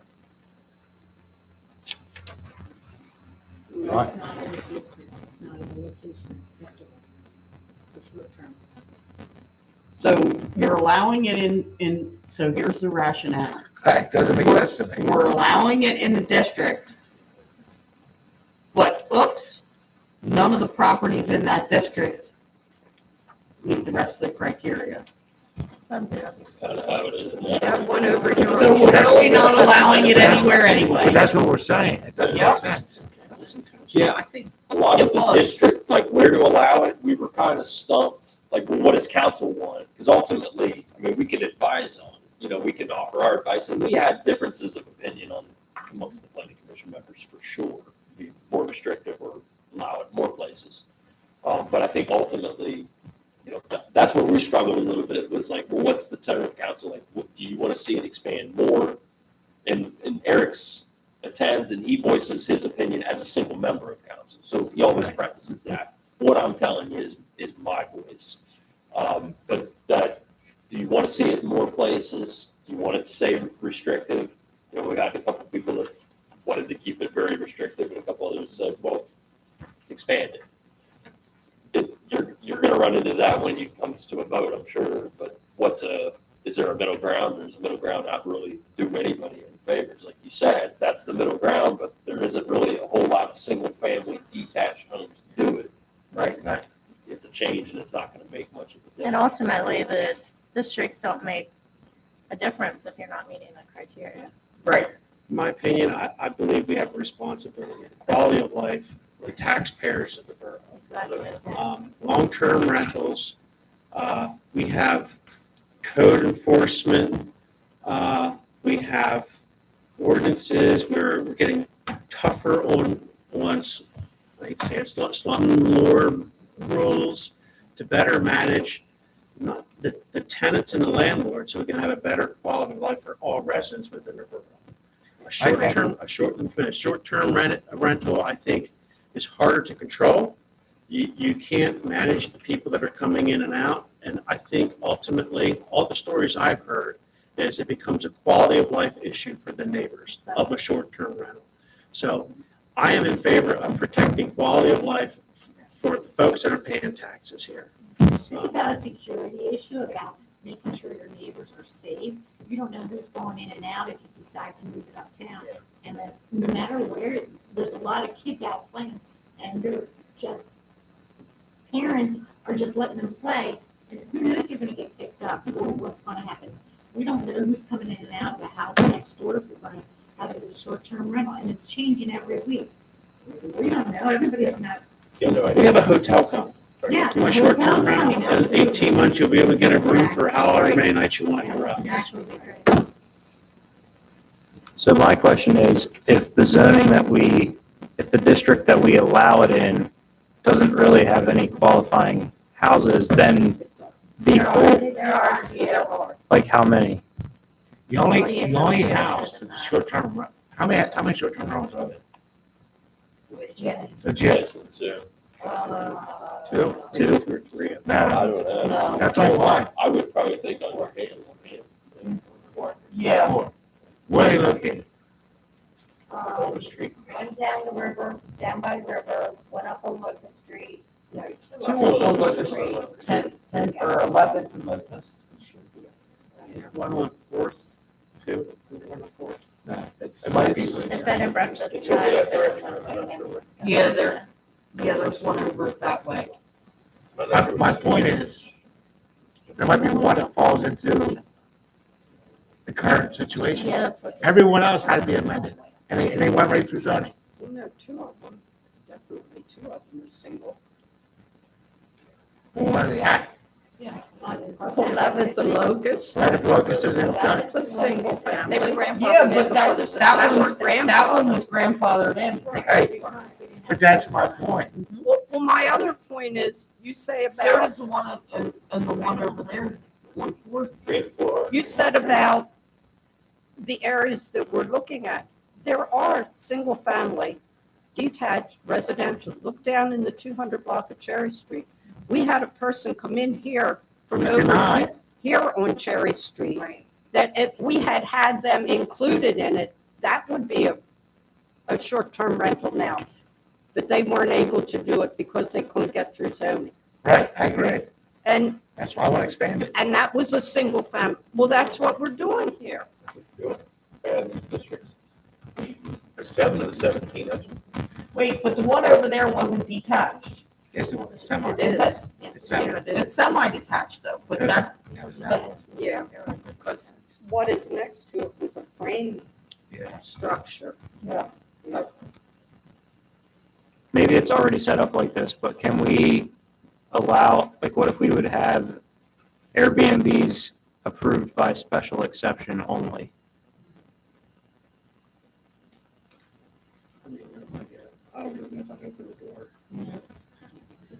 no, you No. have to set, the way a special exception works Uh-huh. is you set the criteria for the special exception, and as long as they meet that, they can do it. Right. Which we can do the same thing now by putting the restrictions in the code and making it, allowing it in any zoning district. No, I'm not saying allowing it in any one. I'm saying we already have these definitions in there. It has to be a single family dwelling or whatever. But in this specific zone, so why wouldn't we say it's by special exception only with those requirements? Because, I mean, if we're worried about misleading home buyers coming in and wanting to have an Airbnb, then to have zones where it's allowed, Impossible. but then they have to go read an entire ordinance to see which homes in that zone are allowed, that's misleading to me. It should say by special exception only, and here are the requirements within, and it can be within the zoning that we're set up now. But then it's, like, if you read down through the list of allowable uses, and it says by special exception only, right away, the warning flags go up. Okay, what do I have to be aware of for So that? instead of putting it in chapter 116, we put it in 220 or 166, whatever, ones and sixes, we put it in 220 under the special exception definition. Right. Straw poll. Who's in favor of Airbnbs? Let's put it that way. Who's in favor of them being in the business? On council, who's in favor of Airbnbs? But limited. I don't want them everywhere. Okay. I'm mixed. I'm like, no. I'm like, no. So here's what council has done in the past with this. We've tried to create an impossible threshold to meet just so we can tell people no, because council at that time really didn't want them. I'm kind of feeling like we still don't want them. Why don't we just say, like, what was that township that? No Airbnbs, no short-term rentals. Why you making it tricky? Let's just be honest about it. If we don't want it, let's not allow it. I agree. I mean, if you don't want it, you don't want it. Don't make it That's an kind, impossible. that was kind of what I was getting at, but halfway. Right? So I think the question is, do we want them or not? If we don't, just say no. Well, I think a lot of that comes out, like you said, too, the fact that there hasn't previously, there still isn't any hotel space in Columbia. That's why It's coming. It's coming. Until this all gets figured out, the hotel be up and running. Till we vote on this. That's not true, but, yeah. For me, it's a no. I'm concerned about quality of life for folks. I certainly You wouldn't keep want the saying house. quality of life. Because all I've ever heard was, I bet you if you go to the police department, they're gonna tell you that the long-term rentals is probably more of an issue. It's because there's more of them, number one. There's more of them, number one, and we're doing things to help to stem that, to better that. With codes, absolutely with codes, inspections. A long-term rental, as long as they can secure a renter, that's all they care about. Short-term rental is a business, and their business is driven off of reviews. So if they run a bad house, it doesn't have proper fixtures, not clean, looks dirty, looks nasty, is an eyesore for the borough, then that business will not. Well, you know what? This is what we know. This is typical, and this is what we've all experienced. I mean, this is what we know. This is a fact. People are going to do it. If we put anything in the ordinance, in the code about allowing a short-term rental, people will put them, will open them, start, I'm sorry, I'm so tired, I can't get words out of my head correctly here. It sounds like I'm stumbling and fumbling all over the place. It's been a freaking long day. They're going to be weekend warrior Airbnb openers. That's what they're going to do. Because it's in the ordinance. But I think if you say no, it's clear, there's no question. I'm sorry. I'm so tired. I feel like I'm an idiot, talking like an idiot here. I'm so sorry. Eric, I want to hear, okay, the detriment of Airbnbs is you have one every 5 houses through the whole town. Right. Is that, Ocean City, Maryland's an Airbnb. is that, in what way is that a benefit to the town? What's that? Do you see that as a benefit to the town, and why? Because I think Airbnbs, because they are a business, a short-term business, must maintain their properties better than anybody else. Mhm. I know you don't agree, but I'm just saying that's the facts. If you don't have a well-maintained property, you're out of business. Well, depends on how much you can enforce it. If not, I'm just saying, we have a limited amount of staff that are gonna be out, get out there. no harm. If you have that many coming in, you hire more. Before they can rent it out again, that's different, but, Well, no, that's it. That's impossible. Yeah. Exactly. And that's what they have in Ocean City, Maryland, and all these other No, they places. do not. Just because they're short-term rentals doesn't mean they're. No, they do not. That's No. nice, that's some of the crap. Okay, the question is, we now have a short-term ordinance in effect. It has some teeth to it. Do we want to change it? Or do we just want to let it as it is with the district that it's in?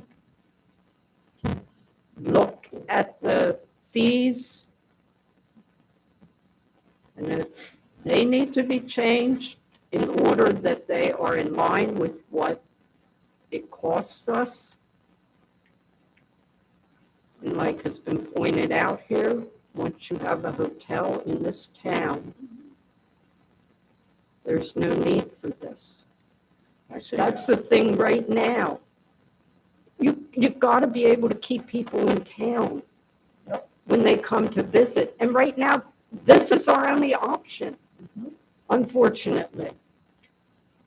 I don't know, I'm trying to think if we even have any bed and breakfasts in town anymore.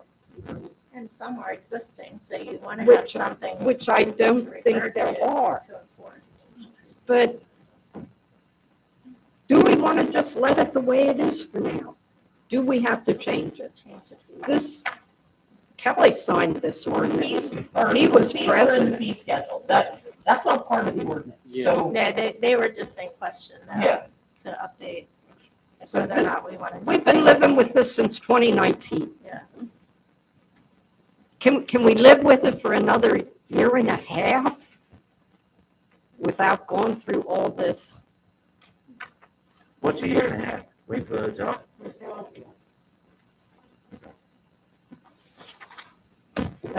That's my final question, you know.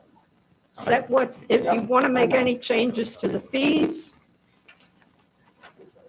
I think you have heard our comments. I think it's back on council to make the decision whether they want to move forward. All right. It's up to council.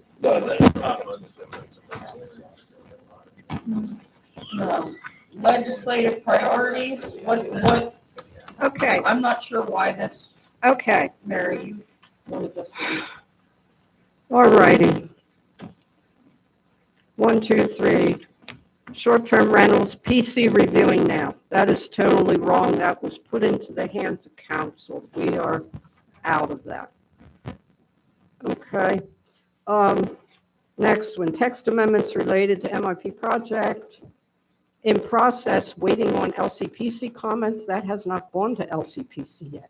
That is what we were discussing here this evening. Yep. What I'm just going down here and try and see what you guys are expecting of planning commission. This should be a quick. Under medium, text amendments related to 2019 rezonings, and under that would fall this rezoning of North Second Street properties. That's all one issue. And before we got directed the way you wanted us onto the light business work, we were actually looking at consolidating some of the zoning districts, and that is where we would be looking at those two issues. This is more for me to bring you guys up to date where Planning Commission stands on some of these things you have here. I'm not sure about this downtown business district text amendment. I need to look into that because I'm not sure what that is about. I think that was part of the whole Rezoning back in 2019. Okay, so those three are all Basically looking at that whole, Yeah. thing. So those three are related. The next thing down there is with the accessory dwelling units. Jessica was working on that. That was probably a year ago.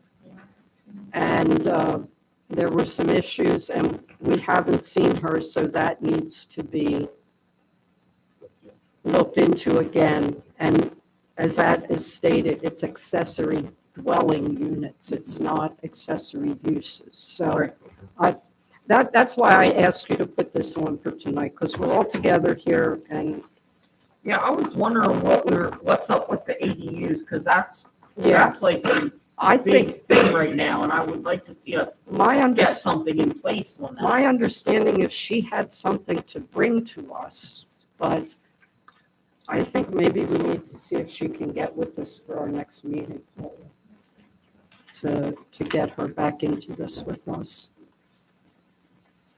I would like to ask my members of planning if they have any comments or anything that they would like to make. Okay, all right. I know you give each of your council members a chance to make comments, and I Look, thought, did you notice I put you guys on here? yeah. I did. Yeah. Council, any comments? I wish Sharon was still here. I have to address her Oh, geez. comment. I do. I just got to. Go ahead. I do. And I'm so glad. I wish she was here. I hope she's watching on live stream. That's what it's for. I'm glad she started her comment with, this is not about people. Sharon and I have had a friendly relationship for decades. We're neighbors at one time. I've always enjoyed the conversation and discussion we had around the council table. I've said that publicly and I've said that privately. But again, tonight, I will speak up when I don't believe the truth is being told. Sadly, again, council, myself, was accused of what I believe is just more flimsy, unprovable, trite accusations, such as, come on, not wanting to hear public comment, not being receptive to public criticism, constructive criticism. Don't want the public to have access to live stream for whatever reason. Those are the unfounded accusations that we get here. It's ridiculous. And honestly, it sounds like poor, lazy campaign talking points, in my opinion. Going back to last week, the reason I spoke up was because there were half-truths being told. Go back and listen to the audio. We were told that we came to the table to discuss tax cost-cutting ideas. That wasn't the conversation. The conversation was, we've done a lot of cost cutting, about as much as we can. The real conversation is ideas to generate revenue. We need to create more tax revenue. That's the ideas that we're supposed to be bringing to the table. But again, a counselor came with an idea. Was it a good idea or a bad idea? I don't know. It was an idea. But that counselor got called out and accused. Actually, these are the words, if I remember them correctly. It seems like you counselors have, I'm not saying the right words, this isn't exactly a quote, but this is the heart of it, have animus towards the taxpayers, suggesting another tax increase, which is just ridiculous. I saw that as misinformation. I needed to correct it. Know this, I will always stand up for what I believe is just and right. I've stood up for Sharon at this council when folks around this table accused her of something that I didn't think was right. You may all remember the barrel issue out at McGinnis, when she was crucified and put on a stake to burn. And I defended her because I believe she was right. I think she was being wrongly accused. I will stand up for anybody that I believe is being wrongly accused. And that night, I felt that this council was being intimidated to not bring good ideas to the table. And that's wrong. We need ideas. I welcome anybody, including Sharon. Come to the table with ideas. We want to hear them, even if they're terrible. Want to hear terrible ideas. That's how we'll get to the good one. So I wanted to clarify that again. That's all I had to say. I'm really tired. Thank you. Your words came out well then. Thank you. Hey, yeah, forget it. I'm not going to say it. Thank You know what? I sympathize. How many times have I sat here and said words are hard tonight? What's that? How many times have I I know. sat here and said It has words been are a hard? very, very, very long day. I know. Thank you for saying. Any other member of council? I just want to personally say thank you to the planning commission. I think this was a very productive evening. And I think we're all kind of on the same, everyone, we know where each other is, and we gotta get this like business wrapped up. Like, yesterday. We got to get it wrapped up because like I said, the last thing I want is to be, ready to sell this property, but have to hold on to things because we don't have our stuff together. And I would encourage you to watch or come to the meeting next Thursday. Because we'll have John B. Miller here. We have all the financials and talking about our path forward, so you have a better idea. Is he the one involved with the bios? Yes. Yes. Yeah, John B. Miller's with the EDC, and they've been our go-to with all of the bio stuff. We're actually ready to close on that. So again, thank you. This was wonderful. Announcement of next meeting at 7 p.m. on Thursday, March 27th. Council will hold a regular meeting. And on April 15th, 2025, Planning Commission will hold a workshop at 6 p.m., a regular meeting at 7. Could I have a motion to adjourn? So moved. A motion by Councilperson Kaufman, second by Councilperson Geezy, to adjourn at 9:40 p.m. All in favor? Aye. Anyone opposed? We're adjourned. Just check. Justin. Yeah.